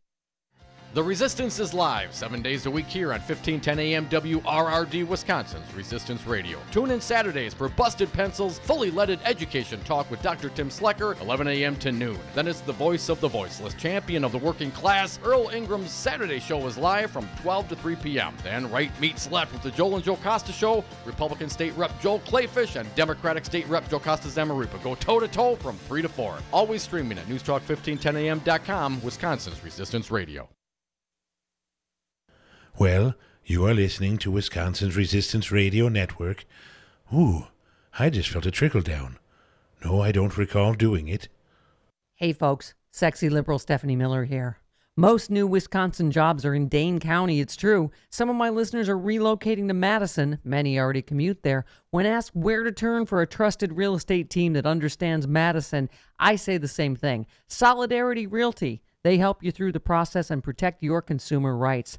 They live their values, building community, promoting sustainability and diversity. Find them today at solidarityrealty.com and tell them Stephanie Miller sent you. Hi, I'm Becky with Bounce Milwaukee, a progressive, local, family-owned entertainment center. We just want to remind you what it's like to be a kid again. Come on in for all ages fun. Bounce in our giant inflatables, race up the rock wall, dominate your friends in laser tag, or just relax in our bar or our massage chairs. Open 6 days a week with extended adult-only weekend hours. Find us at bouncemilwaukee.com. Well, Jason, I've got to tell you, you're pretty much everything this company is looking for in an entry-level candidate. Great. Your resume isn't quite what we're used to, but you've got a fantastic work ethic. Thank you. And I'm impressed by how you carry yourself. So, should we talk about the job? What? The job? Oh, sorry. Yeah, I have no way of recruiting or even meeting you. This interview didn't happen. It may sound ridiculous, and that's because it kind of is. There's a huge pool of talent your company is missing out on. Meet the grads of life. Who are they? Talent worth knowing about. Young adults of unique determination and experience. An ideal fit for your company in an entry-level position, internship, or even mentorship. They might not have every qualification you typically look for, but they're exactly who your company needs. Man, we really could have used him. Don't miss out on a resource many innovative companies have already discovered. Go to gradsoflife.org to learn how to find, cultivate, and train this great pool of untapped talent. Brought to you by the Ad Council and gradsoflife.org. For Wisconsin's Resistance Radio Network, I'm Stu Daniels with your headlines. This Saturday is the 23rd annual Milwaukee Riverkeeper Cleanup to celebrate Earth Day. Volunteers are needed for over 60 locations along the Milwaukee River. Participants will receive gloves, trash bags, and a free t-shirt. After the cleanup, there will be a free party in Esterbrook Park from noon till 2. To register to volunteer, go to milwaukeeriverkeeper.org. And the Bucks lost to the Celtics in the first game of their playoff series yesterday, 113-107. The game went into overtime on a Chris Middleton three-pointer at the buzzer. Game 2 of that series is tomorrow evening, beginning at 7 o'clock Milwaukee time. Outside today, mostly cloudy and breezy, then partly cloudy tonight, lows in the mid-20s. Tomorrow, mostly sunny with highs in the upper 30s. I'm Stu Daniels for Wisconsin's Resistance Radio Network.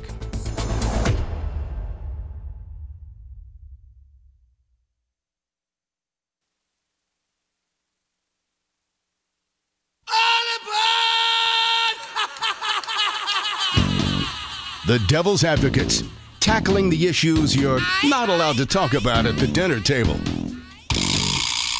Welcome back to the Devil's Advocates radio show. It is always great to have good friends like Jim Santelle, former U.S. attorney, a wonderful, insightful man who helps us sort it out. Dom, at the end of that interview, you know what we never discussed? What? Russian collusion. Minor details, man. Trump always told us no collusion. No collusion. I don't buy it, man. It's just from what we have seen, and as cynical as I am, and what the kind of person that I perceive Donald Trump to be, I just don't believe that he was not in some sort of cahoots with someone trying to help him out, drop a dime on Hillary's emails and, work with some data firms to, do what they can to win, because it's all about winning. I have no doubt that happened. Dominic, I got to think I and you were not the only ones watching Comey last night on the George Stephanopoulos. Love to hear from the audience. 844-967-2789. Toll free or text us. Not clear what that cost you. Your rates may apply. Regular rates may apply.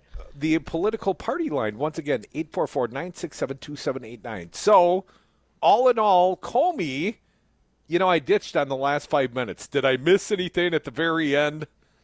Put a kid to bed, man. I got it. I would say stuff. I got the impression, Comey always, I believe him, and I think a lot of people do. They strive to, to be a better person, to strive for a better nation, more civility, those things. A more perfect union, if you will. But of course we're human and we're imperfect beings by our nature. So, we're for yourself, torn. Fella. We're torn in our existence. But that being said, Comey made some reference about, these are not the ideals of America, or we need to reevaluate it. We need to go back and vote. Number one, I think, no, he should be impeached, especially when some of the more information comes out. But let me stop you right there for a moment and write down where you were, because I know you'll lose track. Mike Pence. If Trump gets impeached, Mike Pence becomes the president.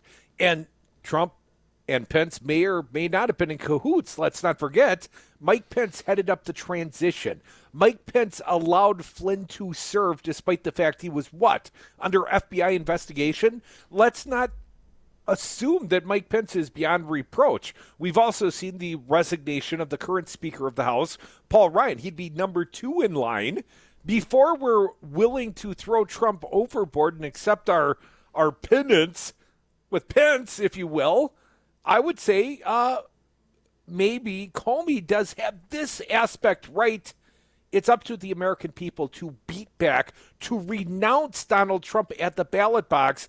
If he is impeached, he will not get that sort of ass thumping. He won't see the ratings unless he sees them on the 6 o'clock news. Again, a lot to yet come out with Mueller's perhaps June report on obstruction, I think he will and see what happens if they actually, have more indictments to come. Dominic, all he's got to do is hold 33 Republican senators. Currently 52 or something of that sort, right? Maybe it's 51 with the Roy Moore, Doug Jones fiasco. But all you got to do is hold 33. It requires a super majority. No, I got it. But it's one thing of the president. Right, I understand. I'm not denying but when you got Sean Hannity going out there every day on Fox News, when you've got cover fire from Laura Ingraham and Sean Hannity, and more importantly, I think locally, if you think they're bad on Fox News, Dom, you've been listening to right-wing talk radio.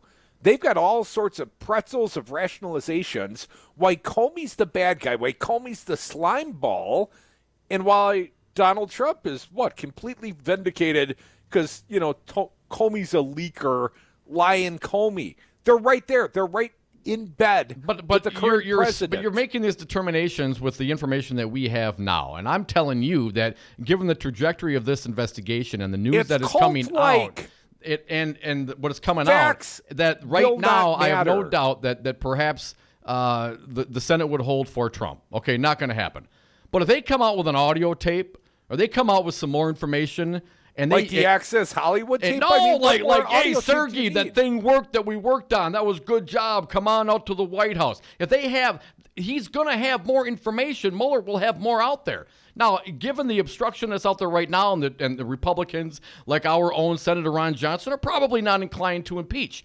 But I would submit to you that I absolutely believe there's going to be a whole lot worse information coming out. And I do not believe that the right wing and the Republicans and the Senate and the House are going to hold that serve, Crudy. It's going to get so heavy and so hot, they're going to have to turn away just like they did with Nixon. Well, I have no doubt a number of Republicans will retire. They will choose not to run for re-election. Paul Ryan, I mean, he has demoralized the Republican Party. The House is going down. Although I see the Koch brothers have about $250 million to invest in the re-election of, their compliant Republicans. That's about the same amount of money Trump blew on a Friday night with the tail wagging the dog bomb in Syria, about $250 million. Yeah, but you can't fix those lead pipes in Milwaukee or Flint, though, huh? Oh, that'd be like $55 million, Dom. That would only retrofit new pipes in like 5 major U.S. cities. Or, turn the page for 15 minutes for Donald Trump. Here's my point, dude. He's got Hannity. He's got right-wing talk radio. The evidence doesn't matter. The followers, the grifters that are all a part of this Trump agenda, all he's got to do is hold 33%. Even at his current astronomically low approval ratings, he's at 40%. And you know what? A lot of these guys want to get reelected themselves. If they throw Trump under, they've turned their back on the Trump electorate, and they do not get to celebrate their incumbency. Crudy, are you suggesting that there is no information that can come out between now and that would persuade 33 Republican senators to vote thumbs down on Donald Trump? Yes. I am asserting that is the case. You will never turn Ron Johnson into a yes on impeachment. I absolutely disagree with that. He got his 21% tax rate, man. You will never turn Ron Johnson on impeachment. You got what you wanted. You don't need him anymore. And when you see collusion, if you see treasonous behavior, dude, you don't think the Republicans will step up? I have a hard time believing that, even as cynical as I am. What example of Republicans stepping up have you seen to date? Give me 3 examples. Give me 33 examples of Republicans. Why did Nixon didn't get impeached? That's a different day. There was not a Fox News. There was not Rush Limbaugh. There was not right-wing talk radio when Nixon went through what Nixon went through, Dom. I think there were Republicans with conscience then. Yeah, because and those not guys, anymore? Well, here's what happens differently. Those guys used to go out for dinner. The Dems and the Republicans, they all lived in D.C. Their families went to the pool together on the weekends. And there was some civility and some camaraderie across the party lines. And that's certainly been lost. When you can run to your Fox News silo and others can run to their MSNBC silo, Dom, there's no cross-pollination going on. And if it's all about your side, ends justify the means sort of politics, which we see here in the state of Wisconsin play out over and over and over again, and we see it play out with the Freedom Caucus. I mean, Dom, the bigger problem for Republicans is not Donald Trump and Russian collusion. It's that they don't have Obamacare to run against this time. I think they got a whole lot more problems than not running against Obamacare. 844 That's been their electoral policy for 5 cycles in a row. 2789. Let's get to the phones. Nick from Humboldt County, California. Thanks for calling, Nick. What do you got for us today? Well, this interview, with the latest guy that got fired was very interesting, and he had a lot of good points. But then again, the guy's kind of a scumbag, so I don't know where I'm going to go on that one. I'm kind of like, which guy are we talking about? Trump's fired a few of them lately. Comey. Yeah, you got a point. I'm sorry, Comey. Okay, the guy that kind of started the ball rolling. Okay, but the point I am interested in making is there is a situation that developed, and a lot of people are missing it. But Cohen, the fixer there, Donald Trump's fixer, Mr. Brilliant lawyer, he is placed in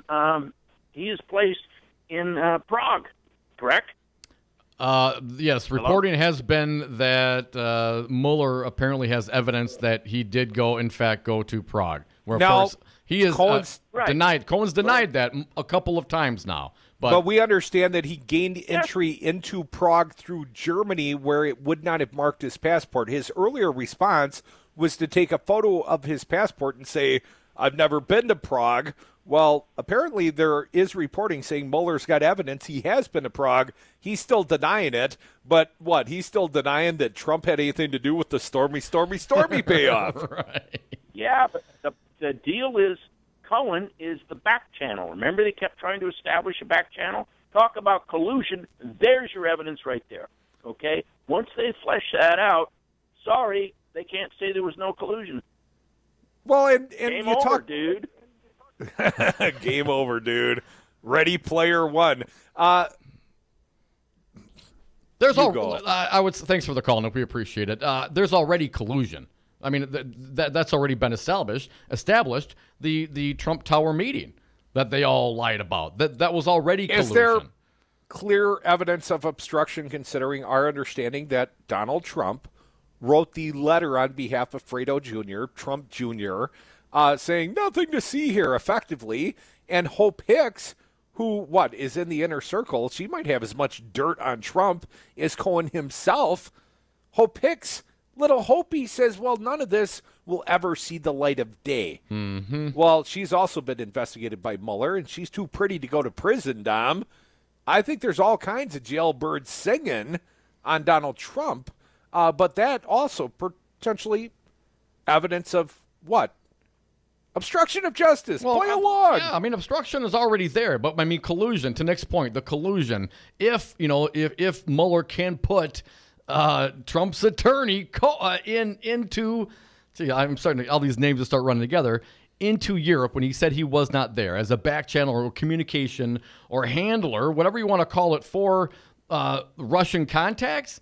Well, that's more collusion. But, collusion in and of itself is not the crime. It's the conspiracy. It's the treasonous act. It's the there's other issues. It's the cover-up. It's the cover-up. But I get the cover-up, and they're going to cover up. And when you do bad things, I think a lot of instincts are going to be to try to cover it up. That's kind of the point. You work in the shadows. But if they can put him in Europe, man, it just goes to reinforce. And what are we reinforcing? They've been working with the Russians the whole damn time. And if you're going to tell me that Republicans in this state, in this country, at some point will not have a threshold met with their Republican president working with Russian agents to subvert and corrupt our system, well, hell, you got to say, Russia's loving it, right? They have been successful in everything they wanted to do to stir chaos in this country. I cannot and I will not stand here and believe for a moment that if it gets heavy and hot enough and we get specific proof and evidence of collusion plus, that the Republicans won't go along with it. Fox News, the most highly rated cable news network, and of course, righty-tighty radio right here in Milwaukee, man. They'll keep hope alive for Donald Trump. Come back with us. More Devil's Advocates.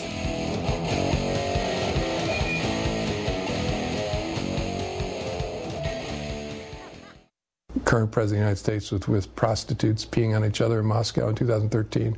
It's possible, but I don't know. The equipment didn't work too well. Scott Walker thinks Wisconsin should once again hire him as governor. You wouldn't hire me to be a neurosurgeon. This is a person who has not worked in the private sector since 1993. You wouldn't hire me to run condos. You wouldn't hire me to run HP. And has made his political career. You probably wouldn't hire me to run the United States Senate. By using divisive tactics to the benefit of his corporate donors. The first step is we're going to deal with collective bargaining for all public employee unions. Right? Because you divide and conquer. Now he supports the largest publicly funded government subsidy of a foreign corporation in American history. They can go suck lemons. And Scott Walker has yet to live up to his first campaign promise to create 250,000 jobs. Is this a campaign promise, something you want to be held to? Absolutely. Scott Walker, we the people are done sucking your lemons. This message was paid for by the People for People Corporation. Donate online at p4ppc.org, p4ppc.org. In this hot real estate market, don't pay 5 or 6% commission. With Homeowners Concept Realtors, you pay no more than 3.9% for full service. Homeowners Concept Realtors sell many more homes per year than the average agent. That's experience you can count on. If you're thinking of selling, call 414-258-7778 for an agent that specializes in your area for ideas on price, marketing, and staging your home. The more you know, you'll wisely choose Homeowners Concept 3.9% Realtors. HomeownersConcept.com. The Devil's Advocates, rock and roll political commentary in a top 40 world. Do, re, mi, the first three notes just happen to So I can see listeners dropping off. Let's get some callers before we lose everybody. Betsy from Madison, you're up. That will bring us back to do. Terrible. Hey, at least we didn't do Edelweiss. Hi, I'm Crudy. I'm here with Bill Carroll, president of Teamsters Local 344. Bill, why are you union? Teamster strong. Well, Crudy, our strength comes from our membership. The Teamsters are North America's strongest labor union with 1.4 million members. Bill, what does the Teamsters do for the next generation? The same thing that the Teamsters have done for the last 100 years, assisting groups of workers in negotiating improvements in their wages, hours, and working conditions. Where do people go if they want to know more about the Teamsters, more about joining the union? There's 3 easy options. They can call Local 344 at 414-258-4545. They can contact us through our website. That's local344.org. Local, the number is 344.org. Or they can contact us through the Local 344 Facebook page. Be union strong. Join Teamsters 344. Be like Crudy. Be like News Talk 1510 AM. Stand with the unions. Join the Teamsters. Local344.org. I'm Andy Buck, and I'm proud to be union. Tell me about the underground economy. Well, the underground economy is essentially workers being exploited, and they're being exploited all over the state. They're working for no benefits, no retirement, and if you don't join your brothers and sisters, you don't respect your craft. Andy, why should I hire union? Crudy, you should hire union because you want the job done right the first time. We represent the highest skilled, safety-trained workers in the industries that we represent. Glazers, painters, and drywall finishers. Join us. Painters and Allied Trades, District Council 7. Juice, Mom! Juice, juice, juice! Mommy, why are we going to the store? Mom, I want juice! Mom! Juice, juice, juice! Mom! Your child will have different needs at different stages of life, and that includes the car seat. See, car crashes are a leading killer of children ages 1 to 13. Protect your child's future at every stage of life. Go to safercar.gov/the-right-seat. A message from the National Highway Traffic Safety Administration and the Ad Council. Wreaking havoc on America, just like they wreaked havoc on Wisconsin. Dom and Krutz are the Devil's Advocates. And we are back. Thank you for listening to the Devil's Advocates radio show on Wisconsin's Resistance Radio Network, streaming live on YouTube and Facebook, on Twitter at Devil Radio, and you can call or text at 844-967-2789. Dominic, our next fine guest has pushed the Goobinator off the top of the page. Soon-to-be former state rep Joel Kleefish, Republican friend of ours, is going to join us, celebrate his announced retirement at 5:05 today. Joel Kleefish, he ain't running again. Maybe a full-time radio career. Nice. He does do the Joel and Joe Costa show right here on WRRD 1510 AM, and of course WTTN 1580, Saturdays between 3 and 4 p.m. I hope that continues, Dom. I hope this doesn't change the good relationship we've built with our good buddy Joel Kleefish. He's kind of a big deal. He's at the top of the page, which means the Goobinator has been pushed down. But Dominic, the somewhat intimidated governor of the state of Wisconsin, would not make comment today, even while questioned directly by fine media in the state of Wisconsin. Wouldn't comment on Comey. Here's what Jesse Apoyan reports. Wisconsin Governor Scott Walker on Monday declined to comment on former FBI Director James Comey's claim that President Donald Trump is morally unfit to hold the office. Well, I'd say that about Walker, but I read the quote. I'll leave that up to the people who are elected for federal office since that's a federal issue. What? Walker said when asked about Comey's comments. I mean, is that the most inadequate response? And that's not even the first time that, little Trump, Scotty Walker, because, that's what he's trying to do. He's trying to hedge here. He needs the Trump supporters. But, of course, if he fully embraces the Trump agenda, he is completely unreelectable here in the state of Wisconsin. Wait. So I want to be very clear here. So is Governor Walker then never going to criticize any federal officials? I don't know, like President Barack Obama, because that's a federal issue? What kind of comment is that? Walker, if you had anything to say about any of the Democratic president ever, then you're an absolute hypocrite for not having something to say about the Republican president. Are you joking? Is this a joke? This has got to be a joke. And don't forget, Brad Schimmel was listing off the number of lawsuits against the Obama administration. I mean, it was like a veritable alphabet of agencies being sued by the Wisconsin Attorney General, wanker's crony, Brad Schimmel. I read on from the fine piece by Jesse Apoyan. It's not the first time Walker has taken this approach when asked about developments related to the Trump administration, particularly those tied to Comey.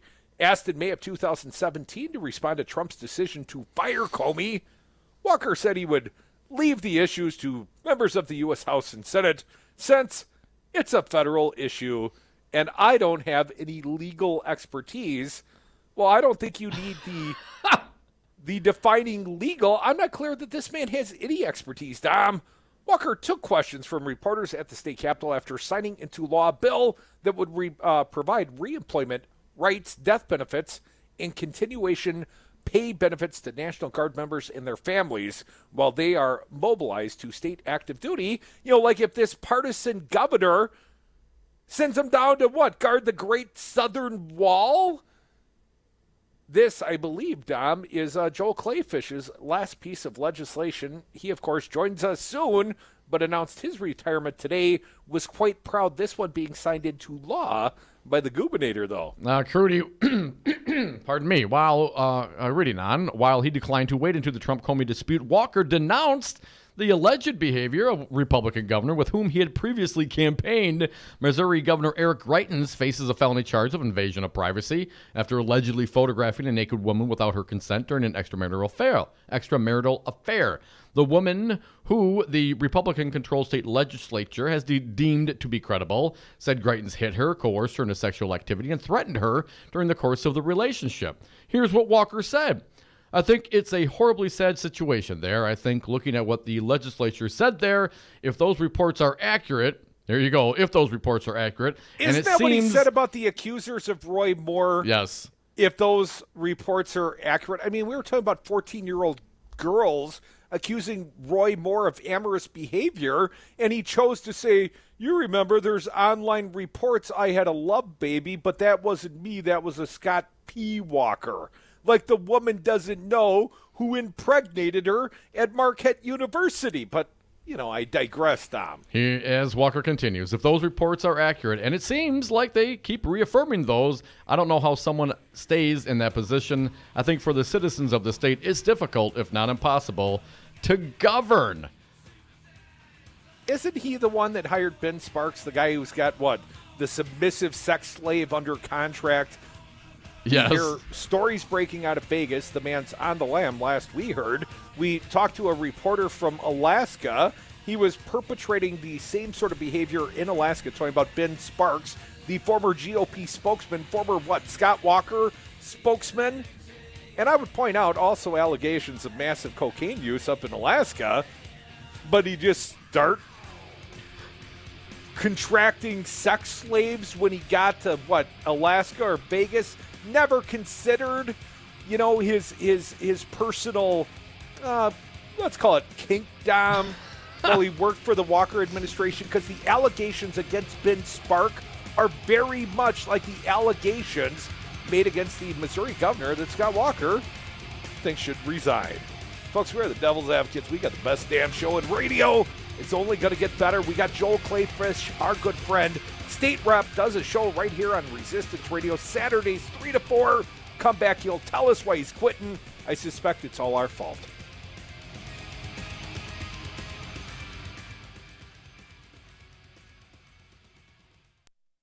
Have you outgrown your house? Are you sick of apartment living? Not ready to buy but know you need to move? Hi folks, this is Tom Hartman for CCL Management in Middleton. You should consider moving up to one of the finer rental homes CCL Management represents. Unique houses and condos, always clean, most are pet friendly. Visit cclmanagement.com today to find your new home. CCL Management, Dane County's premier leasing and property management company. Call CCL Management at 833-0009. That's 833-0009 or visit cclmanagement.com today.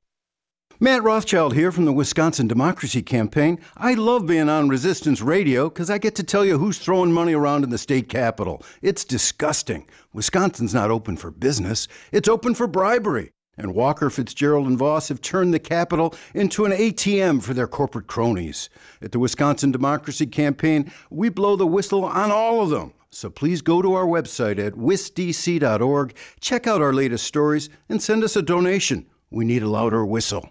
We are live outside the home of Joe and Rosie Goddard, where a pretty big tickle fight broke out just minutes ago. Sources say their father instigated the laughter. Let's go inside for a comment.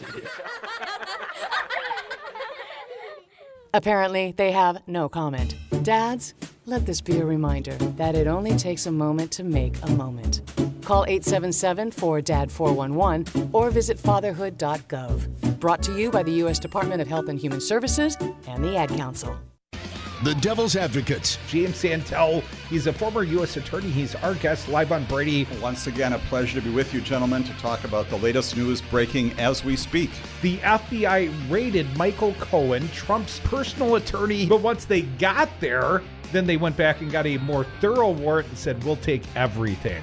My first reaction is you need to teach criminal constitutional law. You've got it just right in terms of the process. They are kind of a big deal. This is a really big deal. You are listening to 1510 AM WRRD Waukesha, Milwaukee, and 1580 AM WTTN Columbus, Wisconsin's Resistance Radio. The Cohen hearing, Comey versus Trump. I'm Ann Cates.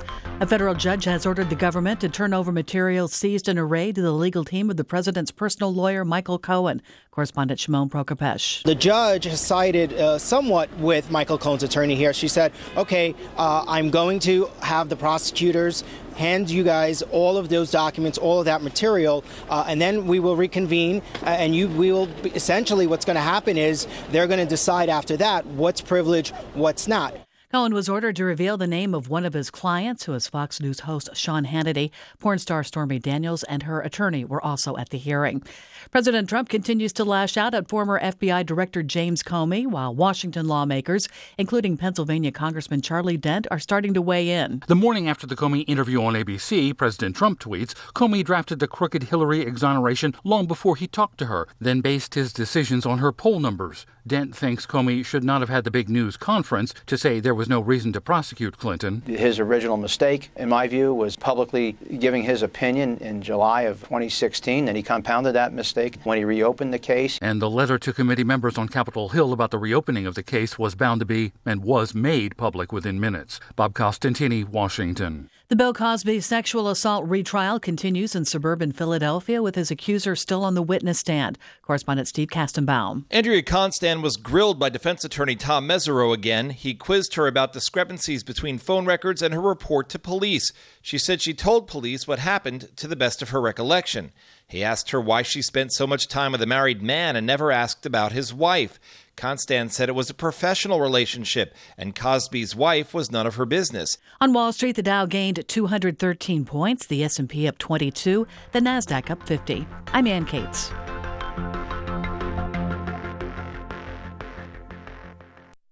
I was on Zero Res Madison's Facebook page the other day, and they have almost 2,000 testimonials from local customers. Apparently, I'm not the only one stoked on how cool this company is. A green technology that actually works better and doesn't cost more, it's a no-brainer, I'm in. We are starting our own Devil's Advocates revolution to free your carpets from harsh chemicals and soaps. Call Zero Res today and ask for the Diamond Crute Special 608-848-9000 or schedule online at ZeroResMadison.com. Zero Res, spell it forward or backward, it's the right way to clean. Driving means freedom, exploration, fun, pride, flexibility, travel, protection, friendship, escape, independence. Distracted driving means danger, recklessness, irresponsible, chaos, police, devastation, injury, tears, death. Safe driving means staying alert and staying alive. Visit StopTextsStopWrecks.org, a message brought to you by the National Highway Traffic Safety Administration, Project Yellow Light, Noise, and the Ad Council. For the first time, the NFL is banning certain types of helmets. The league notified all 32 teams that 10 varieties of helmets will no longer be allowed. Some of the helmets, in particular those made by Rawlings, are no longer being made and don't have the support of the company. Others were found to be inferior to many of the 34 helmets that were examined by the league and the Players Union. Before, players could choose any helmet they wanted as long as it passed certification standards. 6 of the helmets were banned right away, while the other 4 may be worn by players who are using them last year, but not by new players. I'm John Stolnis. Beyoncé has paid tribute to historically black colleges during her Coachella performance, and now the singer is donating $100,000 to 4 black universities. Beyoncé will give $25,000 each to Tuskegee, Bethune-Cookman, Xavier University of Louisiana, and Wilberforce. One student from each school will receive the scholarship money. I'm Ann Cates.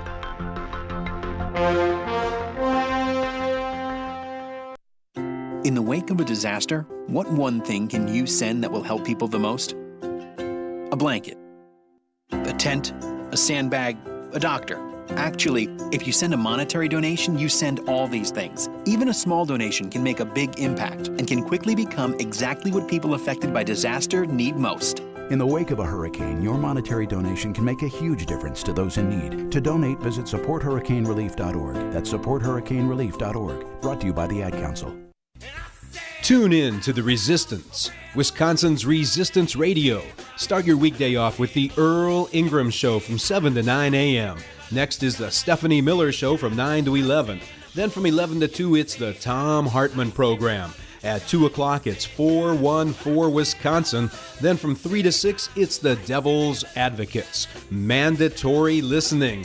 Wisconsin's Resistance Radio.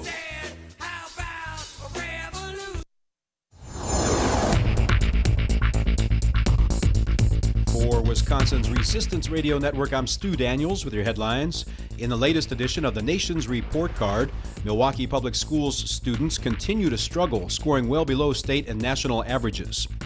Several environmental groups, lakeshore communities, and even a couple of states are raising concerns about the amount of water to be used by the Foxconn factory.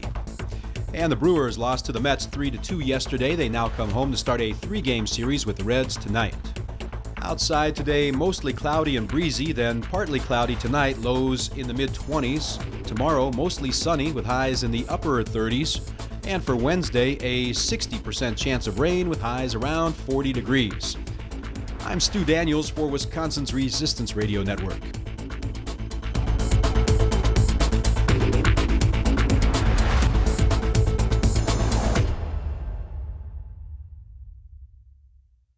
The following program is a presentation of DC Communications, LLC. Warning, you are about to listen to the greatest radio show ever.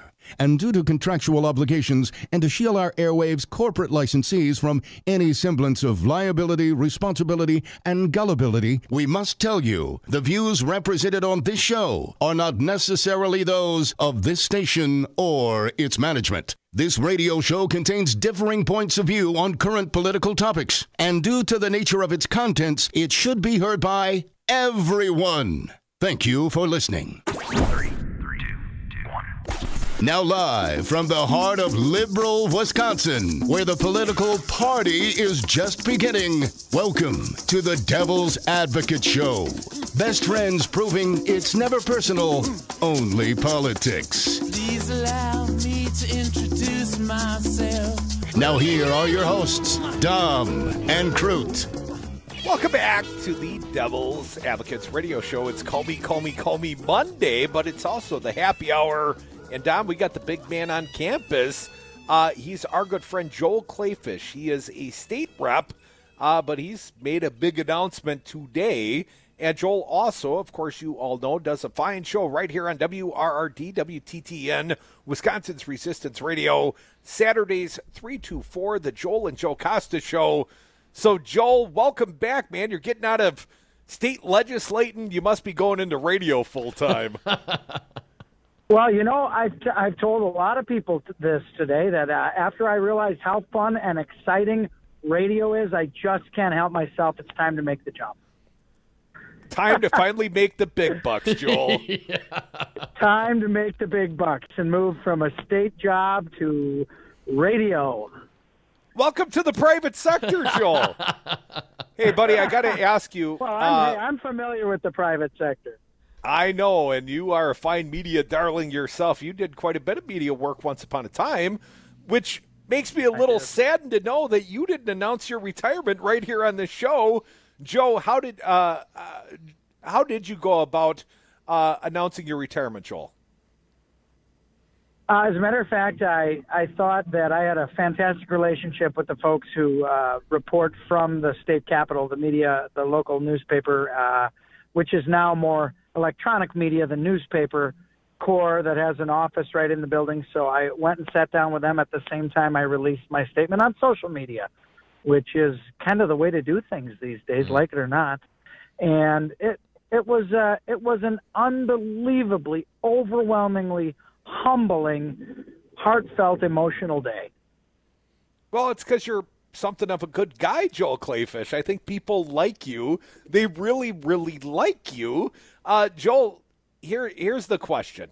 You were on the show not so many days ago recounting your romantic relationship with Paul Ryan. Did Ryan's retirement factor into your decision at all, Joel? No, it did not. In fact, Becky and I had a vacation to Florida with the family for a week about 3 weeks ago, and we had made the final decision then. And it was kind of funny because Paul Ryan came on the radio or on the television and announced his retirement, and Becky looked at me and said, "He just stole your speech, I think." And there were so many similarities to it. I can't believe. I will tell you this: the most fascinating thing about today is that when you're doing a job like this in elected office, you hear over and over and over and over from the people who hate you or can't stand you. And then when you give it up, you finally hear from all the people who like you and who were happy with the job you did. And I guess the biggest thing I'll take away from today is the kind words that were brought by so many friends and so many Democrats. I was blown away by all the Democrats, legislators, and staff who approached me today and said that they were sorry to see me go because they actually appreciated the work across the aisle. And that meant a great deal to me. And my colleagues from the Republican side really said some heartwarming, kind things. I did not expect the massive response that I got today. Joel, I got to tell you, and I got to tell our audience, there are a few of your friends and perhaps even some of your family members that, don't think we're the sort of big deal that we think we are. A few haters out there amongst the righties towards this fine little radio product. But, Joel, you've always embraced being on the radio with us with open arms. We've always appreciated that about you. But I'd like to defend myself and let people know that, Joel Kleefish, you gave me just an inkling of an insight. I won't say as your employer because I don't pay you anything, Joel, but you do a radio show around here, and you gave me some insight. And, Joel, I never threw you under the bus, so, tell all your hater friends we aren't that bad of guys, right, buddy? Well, let me tell you the truth. No, number one, no, you didn't throw me under the bus, and I would consider you guys actual friends of mine. And I'll tell you this. Those people who live life allowing somebody's differing philosophy to get in the way of their friendship, camaraderie, or relationships, they are missing out on half of society. Because you disagree with somebody philosophically, that's a reason to talk to them. Not only sometimes can you bring them over to your side, but you will also get a better understanding of where they're coming from. And this world spends far too much time hating each other and disagreeing, and should spend more time finding out the commonalities between them. Joel, I guess I share your memories for the good old days. Once upon a time in the state of Wisconsin, my friend, I didn't worry so much whether the next governor had an R or a D behind his name. I just assumed they'd be looking out for all us Badgers. Joel, do you miss the days when, we could be friendly across the aisle? And do you, as a member of the Republican Party, do you take any accountability for what feels like the divisive policies of Scott Walker? Joel, do you think the party takes any responsibility, or do you think this was just the natural course of politics in Wisconsin? Well, I'm going to tell you what. I'd be foolish to believe that my philosophy and the course of action I took as a legislator I did not bear responsibility for, because I do. When you take a job like this, when you sign your name on the dotted line and you are elected, you should be responsible for the votes you take. And those are some votes that do affect people's lives. There's no question about it. I am from the school of thought that I believe strongly in what Scott Walker and Rebecca Kleefish have done. I believe in what the legislature has done, and I believe that's the reason we're living in the bountiful times we are, with some of the lowest unemployment we've ever had, and made corrective measures that have put an abundance in the coffers and enabled us to have tax cuts and tax breaks. Now, look, someone who disagrees with me or has a different philosophy, they're entitled to that. They may not disagree with me whatsoever, and they may hold it against me for the votes I've taken. That's fully legitimate. That doesn't mean that a person's a bad person or a good person because they differ on the best way they believe in getting something done. I never believe that you're going to be out there touting the reforms of Scott Walker. In fact, you'll probably fight vehemently against him. That's your right to do that. I'm going to stand up and fight vehemently for them. That's not going to affect what I feel about you and Dom as good people. Folks, you're listening to the Devil's Advocates radio show on Wisconsin's Resistance Radio Network. State Rep Joel Kleefish, a Republican, has announced that he will not seek re-election. And, of course, Joel co-hosts the Joel and Joe Costa show right here on Saturdays. Joel, I want to ask you, looking back now, and obviously you've given this a lot of thought, any regrets? Any regrets personally, any legislative regrets during your time here in the legislature? You know, I looked at it. I was thinking about that over this past weekend, and I can't believe that I get to leave while the table's clear. Those heavy lifts that I had that had to do with human trafficking reform, the fentanyl crisis and the opioid heroin crisis, the bills that I've had enacted protecting children from child predators, I can't believe how blessed I've been to get so many of those bills to the governor's desk, starting back when it was Governor Doyle and through Governor Walker's tenure so far. I probably have one regret, and that was that 7 years ago I was probably drinking too much to dull the pain when my wife was going through cancer and the recall elections, before the recall election and my wife's cancer. And I haven't drank for about 7 years, and I've been one hell of a productive guy since that point. But I really don't have any regrets. I've gotten to spend time with my kids. I have seen that my kids have never had parents that were not in elective office, and I think that it's time for me to move on from this career so that they have a parent who's not in elected office, so they have at least one parent without a target on their back all the time, and that's why I'm excited about moving on. But I really don't have any regrets. I'm overwhelmingly blessed with how Democrats and Republicans have aided in our efforts and all the things we've gotten signed into law over the years. Joel, what advice or would you give future legislatures here in Wisconsin, given the tenor that we've had in the states, very very combative over the last 5-10 years? What advice would you give future legislatures as they work together, trying to cross the aisles as you have done? My advice would be a combination of what Peter Barca and I talked about today. Peter Barca was the minority leader during the Act 10 reforms, and I was co-author of the Act 10 reforms. And we fought tooth and nail. And Peter Barca called me today, and he said, "Gosh, Joel, it's been a pleasure working with you and knowing you, and I consider you a friend." I would say to people, don't take so long to become human. Don't ever be afraid of admitting your weaknesses and admitting your faults. People who are in elected office are human beings. The sooner you embrace that and the fact that you're going to make great decisions and you're going to make some bad decisions, the better off you will be representing the people you represent. When you realize your strengths and your limitations, that's the point at which you can get the most done. Hey, Joel, we like to say around here it's never personal. It's only politics. It seems like politics has gotten awfully personal, if not here in the state of Wisconsin, certainly nationally with Donald Trump as the president. Joel, I guess I'm still reminiscent about the good old days. Do you think we can get back to a time where Wisconsinites pull together, where it's not, the red team or the blue team or, the black team or the white team, the rural team, the city team?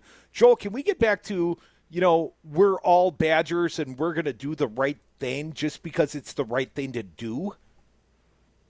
I think that's inevitable. I think in times of crisis, people come together across all political stripes. I think that inevitably those on the right and the left do want the best for the citizens of this state.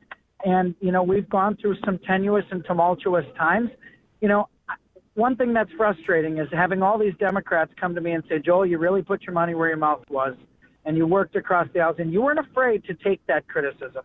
And then the Democrat Party puts out their first news release, Kleefish scared out because of the blue wave. And I find that frustrating because the Democrats I work with were just basically telling me the opposite. Now, I get how it's going to play, and I get the politics of it.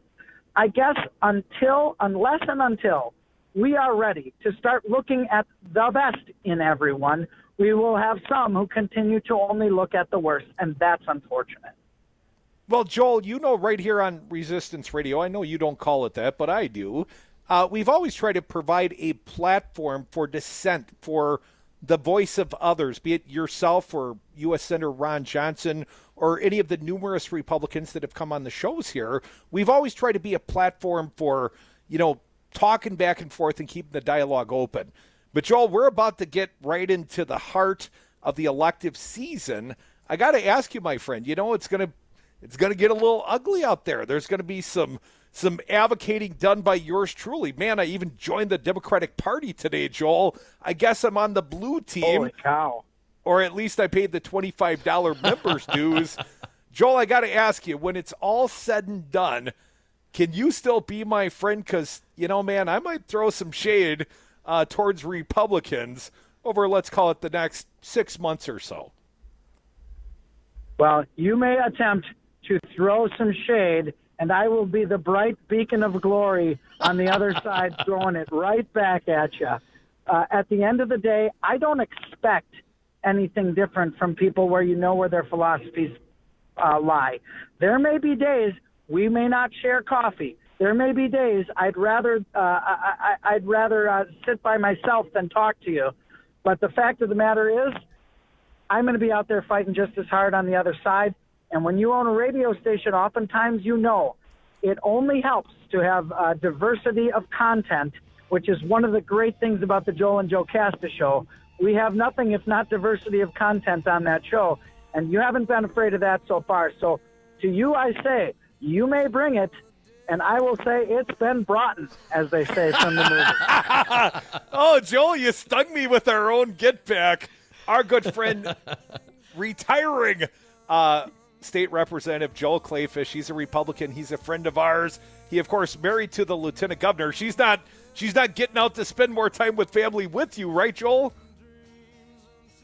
Becky Kleefish is the hardest working, most diligent, fascinating, completely good-looking woman I know. And she's working extremely hard for the citizens of the state. She's going to be working doubly hard on that campaign. We're behind Scott Walker, and we think we're going to bring a victory in November. We're sure of it. I think you're wrong, Joel, but I always love your company here, Sunshine. Thanks for all you do on the Joel and Joe Casta Show, Saturdays between 3 and 4 on WRRD 1510 AM, WTTN 1580. Buddy, go spend some time with family. Go shoot something, cook it up in a pot, and we'll catch up with you real soon, sir. I certainly will. Listen to us on Saturday, everyone. Thanks, Joe. Can't wait for that show. Come back with us. More Devil's Advocates. Your input always welcome here. 844-967-2789.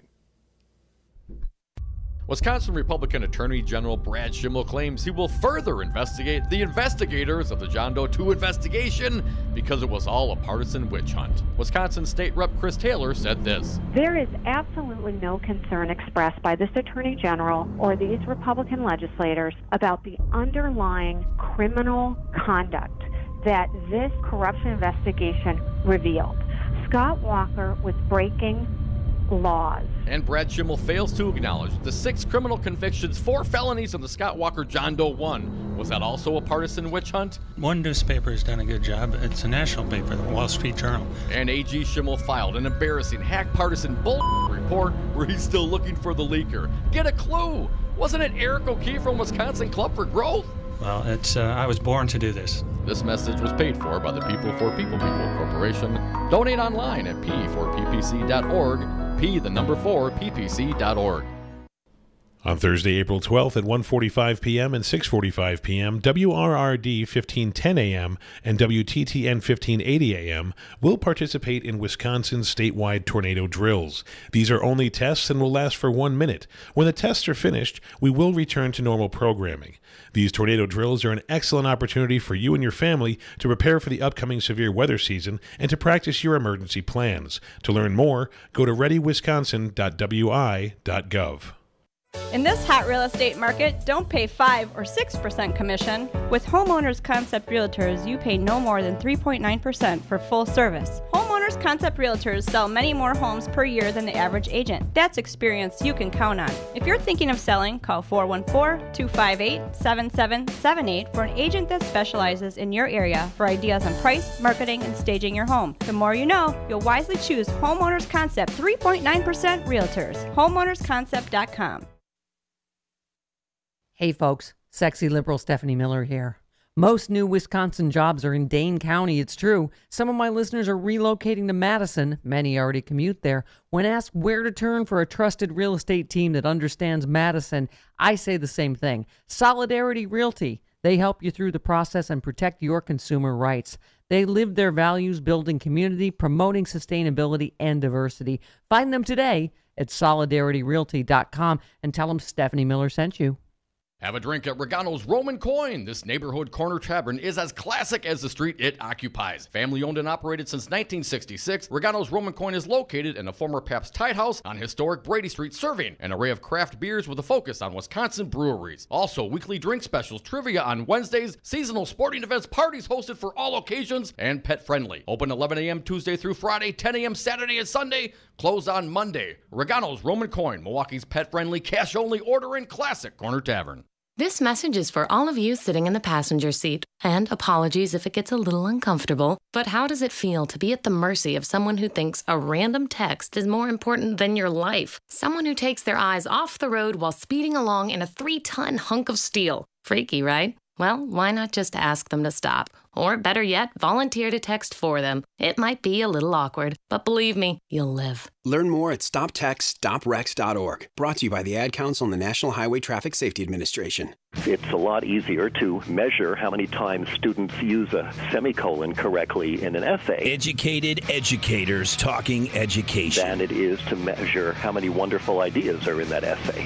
Busted Pencils. There is no teacher shortage. With Dr. Tim Slecker. There is a teacher exit. Featuring Matt Damon's mom. You want to know what my mom would say? We've had an intrusion into education. Busted Pencils Radio. Saturdays at 11 on Resistance Radio. The big and tall of political talk. Tom and Krutz are the Devil's Advocates.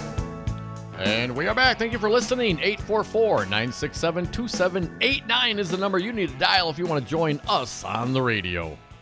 Joel Kleefish. I'm going to miss that guy. I can't believe how much shade he's being casted on the social mediums right now. Yeah, our audience not a big fan of Joel.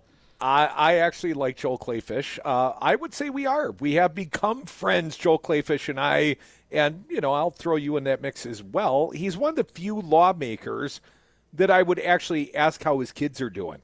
Perhaps it's our social media acquaintance, you know, get many updates from Joel about what he's doing, what he's shooting, what he's hunting for. But anyways, Joel Kleefish, a friend of ours, I hope he continues to do fine radio here and doesn't take like a high-paid lobbyist job and leave us broke bastards on WRD and WTTN, Dom. 844-967-2789. Let's try to squeeze Curtis in. Hey, man, you got 60 seconds. What do you got for us? Well, I want to start off by saying thank you very much for joining the Democratic Party. You're welcome. You know, you paid $25, you said today, as you did, Don? No, I did. I did not. I tell you what, I'll tell you the story about it, Curtis. What else are you thinking, man? Well, also, my mom would told me, she's from England, she would say goodbye to bad rubbish. Mm-hmm. As far as the blue wave coming along, but I'm saying enough is enough. You know, Walker and all that other stuff, enough is enough. But I'm very thankful you guys are doing a great job. I can tell you all the time. Thank you for the kind words, Curtis. I don't know if I like this term blue wave. I would say it's a populist wave. Maybe it's a Badger wave coming. I just don't want to call it a blue wave. And Joel will literally spend more time with the girls, more time with family. That's more than you can say about most of these lawmakers. You know, they're running out of hush money to pay off the porn stars is what normally happens, Tom. Yes, I will tell you the story about Crudy joining the Democratic Party after 47 years, and perhaps also the demoralization of the Republican Party. Joel can say no relevance to the retirement of Paul Ryan. I said that's a bromance. Once it's over, you just can't fix it. Come back with us. More Devil's Advocates, 844-967-2789. Hi, this is Brad Saug, owner of Zero Res Madison Carpet Cleaning. Zero Res is the best new technology in carpet cleaning. We have a patented process using empowered water, a high-tech process in which we force the water to act like soap. It doesn't want to stay in that state. It's jacked up and it's angry and it wants to hit the dirt and then it neutralizes. When we're done, all that's left in your carpet is just light moisture. In the end, you get the cleanest, greenest, healthiest carpet cleaning available. Call us at 848-9000. Zero Res. Spell it backward or forward. It's the right way to clean. Hey everybody, I'm Daryl Ingram of News Talk 1510 WRRD, Wisconsin's Resistance Radio, and I am the Director of Advertising and Marketing. The pride of our independent stands runs deep in all that we do here at the station. The thing that I know for sure is that you can count on the quality and independent production of client advertising, mirroring the quality and independence of our fine programming here at News Talk 1510. To learn more, contact me at 414-335-0851 or via email at daryl@newstalk1510am.com. You are listening to 1510 AM WRRD Waukesha, Milwaukee, and 1580 AM WTTN Columbus, Wisconsin's Resistance Radio Network. Do you own a rental property, or would you like to partner with a rental investment team? Call the pros you can trust at CCL Management. Rental expertise second to none, a general contractor on staff to direct repairs and improvements, and real estate brokerage services tailored to the small investor. If you're ready to invest in rental property, or just need professionals to manage your real estate portfolio, call us, CCL Management, at 608-833-0009 or visit us on the web at cclmanagement.com. Adopt US Kids presents Multiple Choice Parenting. Your daughter just had her first breakup. Do you A, put yourself in her shoes? How could he do this to you? And for Sheila, she has split ends. B, console her. Oh, sweetie. This is going to happen a lot, 4, maybe 5 more times before you get married. C, take charge. Got to get this all straightened out. Give a little talking to, man to man, mano a mano. Hey, Steve! Is now a good time? No? Okay, no problem. Bye. Or D, help her find a new boyfriend. I know a great place to meet boys. The internet. Nice, single boys. Never mind. How about some ice cream? As a parent, there are no perfect answers. But you don't have to be perfect to be a perfect parent. Thousands of teens in foster care will love you just the same. For more information on how you can adopt, visit adoptuskids.org. A public service announcement from the U.S. Department of Health and Human Services, Adopt U.S. Kids, and the Ad Council. Tweens have mastered the art of tuning out. Jen, there's a spider in the car. We're turning your room into a home gym. See? Nothing. But some messages need to get through. Like making sure they're buckled up, the whole ride, every time. Do whatever it takes to make your child listen. Jen, I friended your boyfriend. Wait, what? Buckle up, sweetie. Never give up until they buckle up. Learn more at safercar.gov/kidsbuckleup. A message from the National Highway Traffic Safety Administration and the Ad Council. For Wisconsin's Resistance Radio Network, I'm Stu Daniels with your headlines. In the latest edition of the Nation's Report Card, Milwaukee Public School students continue to struggle, scoring well below state and national averages.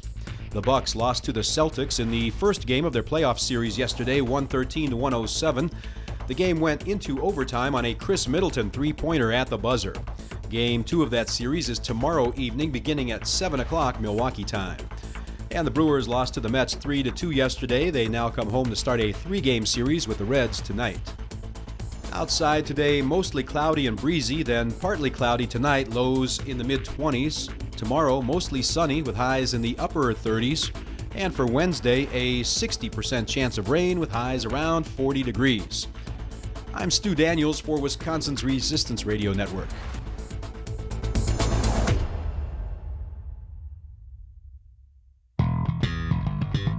The Devil's Advocates, radio for the 99%.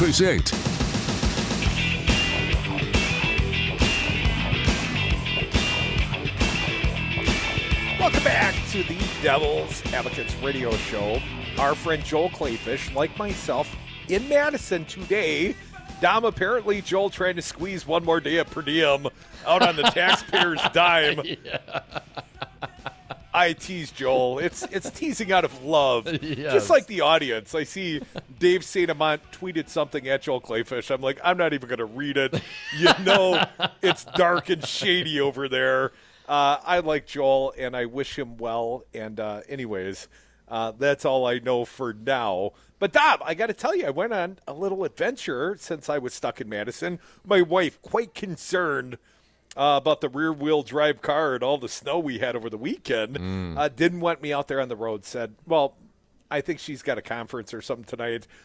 More importantly, I think she wanted me home with the boys tonight, spending more time with family, all that kind of stuff. A lot of that going on these days. But today, I went up to the Wisconsin State Capitol, Dom, and you know who I saw up there? And I don't mean Joel Kleefish. Who's that? The protesters. Yeah. I got a couple hugs, man. The Solidarity sing-along participants. Still going. They are still going. It's like the Energizer Bunny of Walker protests. Dom, I sang today, and that is a rarity. I, in fact, got out there and belted out some lines. It sounded, better than Do Re Mi on the radio last week. Yeah. Well, it probably couldn't have sounded worse. What song did you sing? Do you remember? I have to think for a minute. I videoed them haranguing Walker a little bit. Oh, the circle will be unbroken. Yeah, I don't know that one. Yeah, at page 34 on the Solidarity Sing-Along Nice. songbook. Oh, yeah, so I had awesome. the lyrics. It was like protest karaoke for me. How many years have those protesters been going up there and between noon and 1? Something over, I would say, 7 years. Wow. Because it basically corresponded with the dropping of Act 10, dropping of the bomb by Divide and Conquer Walker. And, Joel's on the blue, on the red team. His wife's the lieutenant governor. I can expect a little bit of candor from Joel, but I'm not going to get complete and utter candor. But the politics in the state of Wisconsin were divided when Governor Scott Walker dropped the bomb. Divide and conquer, attacking the public sector unions. Later it was right to work. I mean, these were political tools being utilized by Scott Walker. Here's what I would say about that, man. There are really, as we gear up for these campaigns, Scott Walker, obviously, he's in it to win it, promising the people today, if elected, unless God calls him to do otherwise or some sort of hedge, that he's convinced he'd serve out this term. Well, he told us that in 2014, right before he went out on a failed presidential campaign in 2015, that he claimed at that time, God inspired. Well, did God inspire you to burn through 90 grand a day to never even make it to Iowa? So anyways, he's doing this calculus. Scott Walker, he's assuming he's going to get reelected and serve out his term. But I would point out, back to the good old days. I keep hearkening back to the days when we were all Badgers and I didn't have to worry about Tommy Thompson. I mean, he's got some bad things about him. Tommy Thompson probably brought Alec to the state of Wisconsin, but I never questioned Tommy Thompson's motives. I never wondered if Tommy was trying to stick it to the people of the state of Wisconsin for his corporate donors. I mean, Jim Doyle. I'm not a huge Jim Doyle fan. I think he's done some exceptional stuff. I worked with him through the autism mandate and advocacy for that. I mean, I certainly love Jim Doyle and what he did for people with autism and families like mine that were suffering through lack of resources, lack of care availability, and lack of an insurance mandate. So, Jim Doyle had good things to say about him on those topics. But once upon a time, Dom, it wasn't that personal. Politics was barroom fodder. You and we'd argue about politics on a Friday night. We're just as likely to argue about what our favorite Flintstones character was. Bam Bam. Bam. Bam. Oh. Good choice. I beat you there. Who were you going to say, Dino? I said Pebbles. Bam Bam. You're a Pebbles guy. I know how you work. But do you see my point, Dom? Maybe I'm not making a cogent point. Yeah, I mean, but I'd like to get back to the good old days when we could trust our neighbors and we could disagree without being disagreeable. But I don't know, with this current state of politics, I don't know how we get back there until Scott Walker is defeated. I think the danger is a lot of looking back and with fond memories that maybe. I'm only looking back 7 years. I hearken back to the time when we were in the midst of Jim Doyle's recession. I mean, I would take those times because at least I could trust my neighbors then. They didn't want to do me harm. And your neighbors want to do you harm now? Well, I would say look at the abrasive language that greeted Joel Kleefish just on our social media page. You know, we're very clear, very candid. Joel Kleefish is literally a friend of ours. That doesn't stop the hate from flowing out even on our Facebook page, Tom. And I understand. I'm a lefty, man. I'm as left as they get. I'm a Bernie-loving Democratic socialist. You could say I joined the Democratic Party, man. I'm still a Democratic socialist. $25. That's the most this party will probably ever get out of me as a donor. I just know there's a Democratic convention coming up June 1st. And our intent is we're going to broadcast live, and they're going to have a straw poll. And we're going to find out at that time who the Democratic electorate, something like 3,000 people registered for this Dem convention June 1st and June 2nd in Oshkosh. And if you want to vote, and when I mean a vote, I mean a straw poll vote, you better be part of the Democratic Party.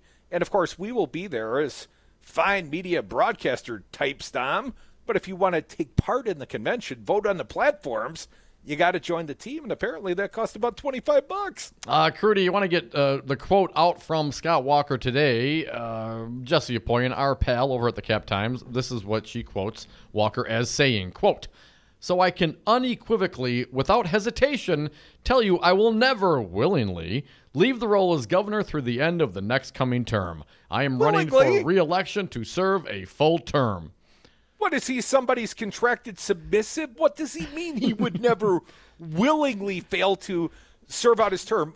It's like he's hedging already. The speculation is he's going to leave to go join the Trump administration? I mean, is he thinking cabinet secretary? What would this man qualify to do per se? I mean, I know he's just as swampy as all the Trump minions. He's just as corrupted. But he's flat-ass broke, according to his FEC filings when he was a presidential candidate. Negative $73,500 net worth. Dominic, he's not good people in the eyes of the billionaire class that currently the oligarchs, the Trump administration currently running our country, more suited for maybe Righty Talk Radio or Fox News. Oh, the Fox News. Go get paid, Scott Walker. Yes, I think once you say unequivocally, you don't need to say anything else. Once you start hedging with descriptions and adjectives like willingly, is that an adjective? I guess maybe not. I'm not great at English. But when you start qualifying your unequivocal statement, it no longer becomes unequivocal. I questioned Scott Walker after federal judge Rudolph Randa ruled the coordination was permissible. And Scott Walker was already doing it. He was breaking campaign finance law in the state of Wisconsin, hence the John Doe 2 investigation, hence the destruction of the GAB, hence the changing of campaign finance law uniquely for the state of Wisconsin, hence the elimination of the John Doe law in the state of Wisconsin, because, of course, Scott Walker was in the eye of that hurricane because he was breaking campaign finance law when he was doing it. But anyways, they went run into the federal courts and they found one sympathetic judge, and it was now departed Rudolph Randa. And at that time, Randa said, yes, I will permit coordinating with outside groups.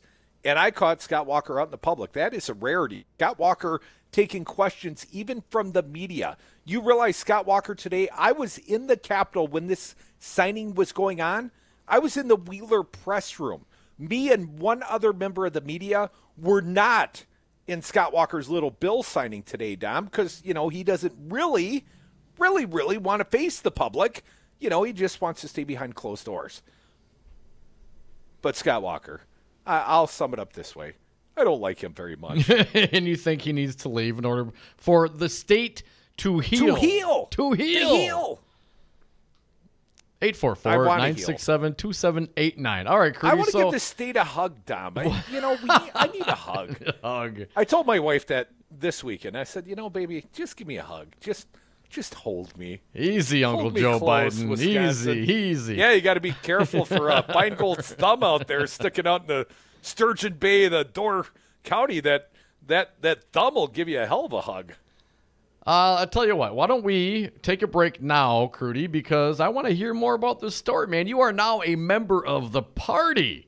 A dues-paying member of the Democratic Party. How many people like you are there? How many dues-paying members are in the Democratic Party? Do you know? I don't know, but I will tell you, Dom. Did you get your George Soros check when you signed up? I had to go to the cash machine because they don't take debit or credit card when you join the party. So I had to go pay money to get cash out of the cash machine so I could pay cash so I could join the Democratic Party so I could get my little receipt right here with a Democratic Party of Wisconsin sticker on it. The young lady at the front desk, Jessica, her name, very nice, very friendly, didn't really know how to expedite the process. They should have eager people waiting in the lobby. You want to join the party? Come join. Hell yeah. Join the party, right? Give us the dues. It wasn't like that at all, Dom. It was a little bit of a hurdle to joining the party. And, when the bank wants to charge you money to get back your money, I almost thought, maybe I'll join the party a different day. Did you use the ATM that was in the DPW's office? Because they're probably getting that fee. No, I had to go to Chase. Oh, okay. It was like $3. Come back with us, Devil's Advocates Radio. I'm going to get that out of the Democratic Party one way or another. 844-967-2789. Your call's welcome here.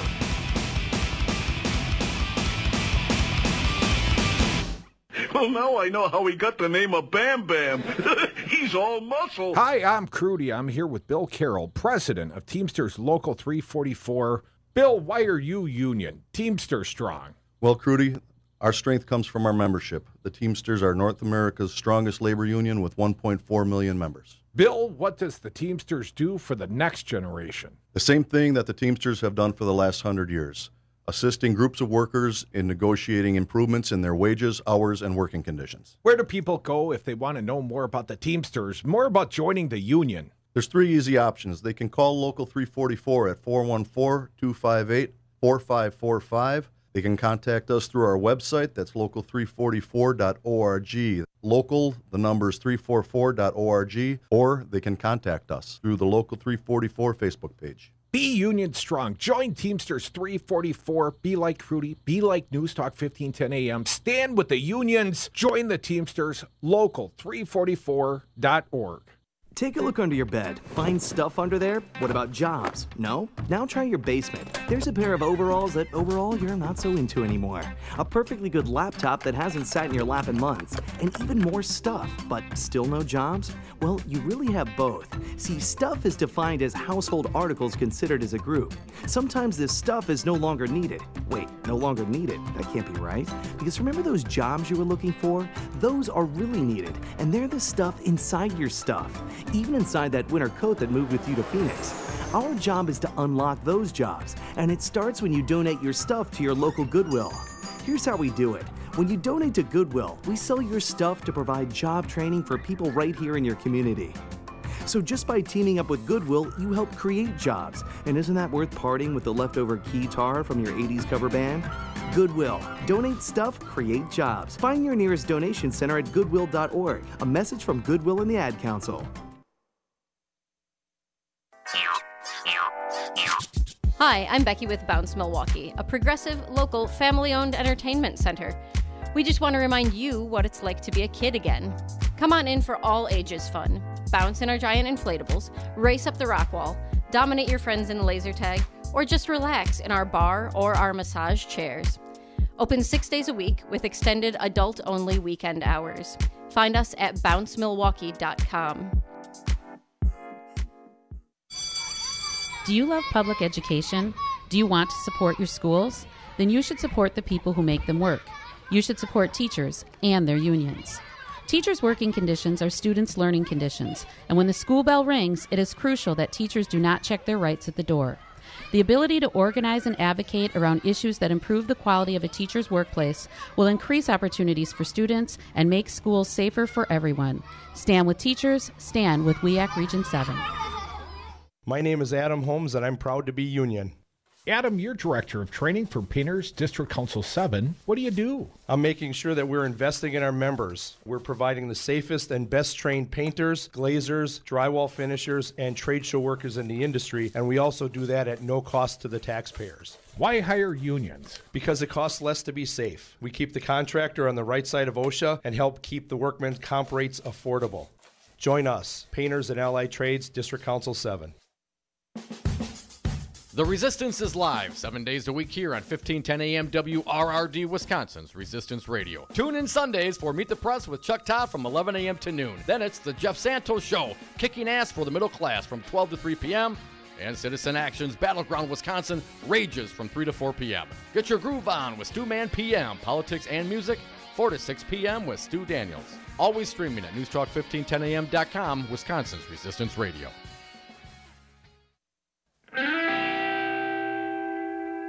60% of the time, they're right every time. Dom and Krutz are the Devil's Advocates.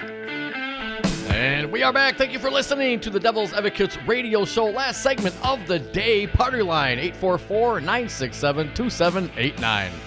Hey, Dominic, I just got a text from Big Ugly Keith, our friend from Waukesha, our Republican buddy. He texted me on my personal line, like I want his booty calls. Singers are pathetic. I can't believe you joined that nonsense. Well, go check your legal anthems.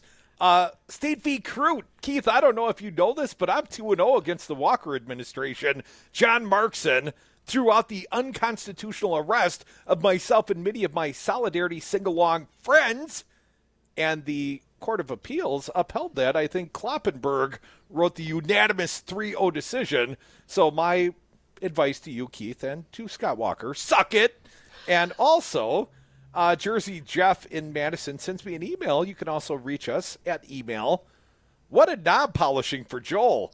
He's the Mitch Hank of your station. And why the hell do I have to do math to submit a comment? WTF, turn the screws, exclamation point.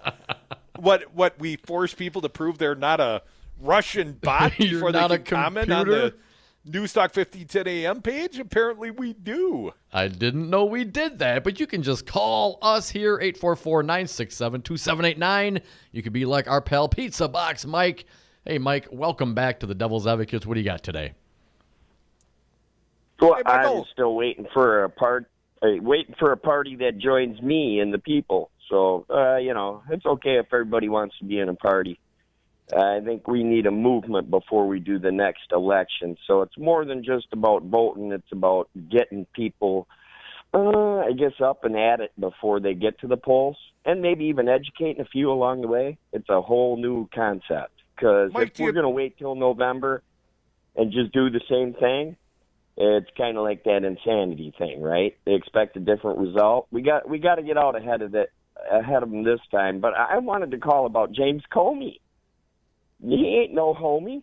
I'll tell you what, when I watched him, and I'm watching Stephanopoulos put words into his mouth, that must have been what I was thinking. Does James Comey appear to be a guy that doesn't remember what he was thinking when he's writing stuff down and he remembers stuff clear as a bell his entire career? But that must have been what he's thinking. I'll tell you what happened to him. He got treble hooked, man. Gucciferred, stoned, Assanged. He bit on it. He's so prideful that he thought he was going to be able to get, a guilty charge against somebody if it was there. That's the way these guys work. He got suckered, and he's afraid to say it. And it's too late to make up for it now, James.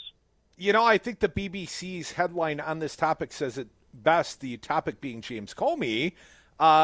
He says effectively, or the BBC headline says effectively, this a column headline, that Comey might be slimy, but he ain't no liar. Well, you know what? I just think he's trying to make excuses for that part that he doesn't probably talk about in the book, where what made him think that there was all this out there against Hillary Clinton? Was he reading the emails that they released? Did he bite on the bots? Because we know millions of people did. I'm not trying to pick on, just Comey. This worked for a lot of people for this to happen, because nobody thought Trump was going to be president except who? Me? You guys know I did. I said it was going to happen. I could feel this coming all the way, and there's a number of reasons why I felt that way. We don't have enough time for that. But we do have time to change things, and it's going to take a movement, and it's the For People's campaign, and we need people, man. You got to be nonpartisan. You got to leave your flawed methods and ways and language behind, like I have. I just signed up for it, the oath. I'm willing to do that because this is bigger than me. It's bigger than all of us, and we got to get in. No doubt. I don't question your leadership abilities whatsoever, buddy. I know you've been out advocating. I know you've been busting your ass for the fight for 15 for poor people, and certainly pushing back on Scott Walker and his bad governance and bad policies. But we got 9-ish viable candidates, or so we're told. None of them can raise money, or so we're told. How do you have a movement without a leader, Michael? Oh, we do have leaders. Okay, everybody that's involved in it. And for one, the now Bishop Barber, his message is clear. This man is traveling all over the world. He's going to the wall in Mexico and shaking hands. Yeah, but with Reverend people on the Barber other is not side. going to be, Michael, sorry to interrupt. We're running short on time, but Reverend Barber is not going to be the next governor of the state of Wisconsin. And Michael, if it doesn't start at the top, if we don't take the stinking fish from the head down, how are we ever going to change things here in the state of Wisconsin? We do this in Wisconsin as well. We do it in every state. That's this whole movement. People don't understand. I was in a conference this weekend. It was 40 states. This is going to get huge. Don't miss out, folks. We need you. But leave your anger behind. This is not about that. This is an infusion of morality from all the sectors of all the people. There's nobody better than anybody else in this. We're all in it together. Michael, appreciate your call. Thank you for listening. And, we try to inform the populace every so often. We try to do our little part here on Resistance Radio. We'd like to do a bigger part. If I could think of some means of doing a bigger part, I would certainly undertake to do my biggest part possible. But who's on the phone, my friend? Let's get one more in. Wisco Paul, you are next and last. What do you got for us today? Hey, Paul. Thanks. Yeah, hi. Thanks for taking my call, Devils. Not everybody. Save the best for last, Wisco Paul. Oh, why, thank you. I have anger, and it's called the roads, and I think it's going to be the end of Scott Hole. The people are, can I say pissed? You just did. That's what I'll say. Oh, okay. Hey, only if you're referring to videotapes of Trump in a Moscow hotel with hookers, then you can use that word. It's entirely possible. Oh, that's a funny one. Hey, and to end it today, as far as Trump goes, I agree with you, Crudy. The GOP is not going to do anything, and Right Radio and Fox, they're going to protect him. So I think it's going to be up to the voter of this great country of ours to change the Congress, and that to me that's the only hope. So on that, Scott Hole, you suck. You guys have a great day, and thanks. Thank you, Wisco Paul. To change Wisconsin, it starts at the Scott Hole fish stinking governor's office, and it goes on down all across. I don't know if it's a blue wave, but it's a people's wave. It's a wave of badgers. We want our state back. We'll lead that charge right here on Wisconsin's Resistance Radio. Thank you to our fine guests. They included former U.S. Attorney Jim Santelle, to our good friend, State Rep Republican shade catcher Joel Kleefish. He's just a ray of sunshine on Resistance Radio.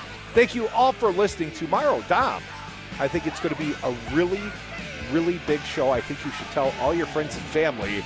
You better tune in 3 to 6, Devil's Advocates.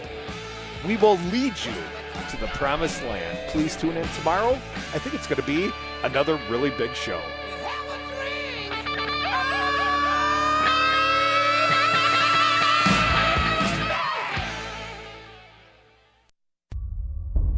I'm afraid right now for the future of my children's generation and those to come. In this age of mass school shootings, Wisconsin Governor Scott Walker offers the same bold agenda of the National Rifle Association. Make sure you remember in your thoughts and more importantly in your prayers. While Walker offers platitudes, he blocks meaningful gun safety legislation. It's really an honor to work with the NRA, not only in my state, but across the country. And I'm proud of my A+ ranking as a governor. Walker weakened the gun laws in Wisconsin, and then he got $3.5 million worth of NRA support. There has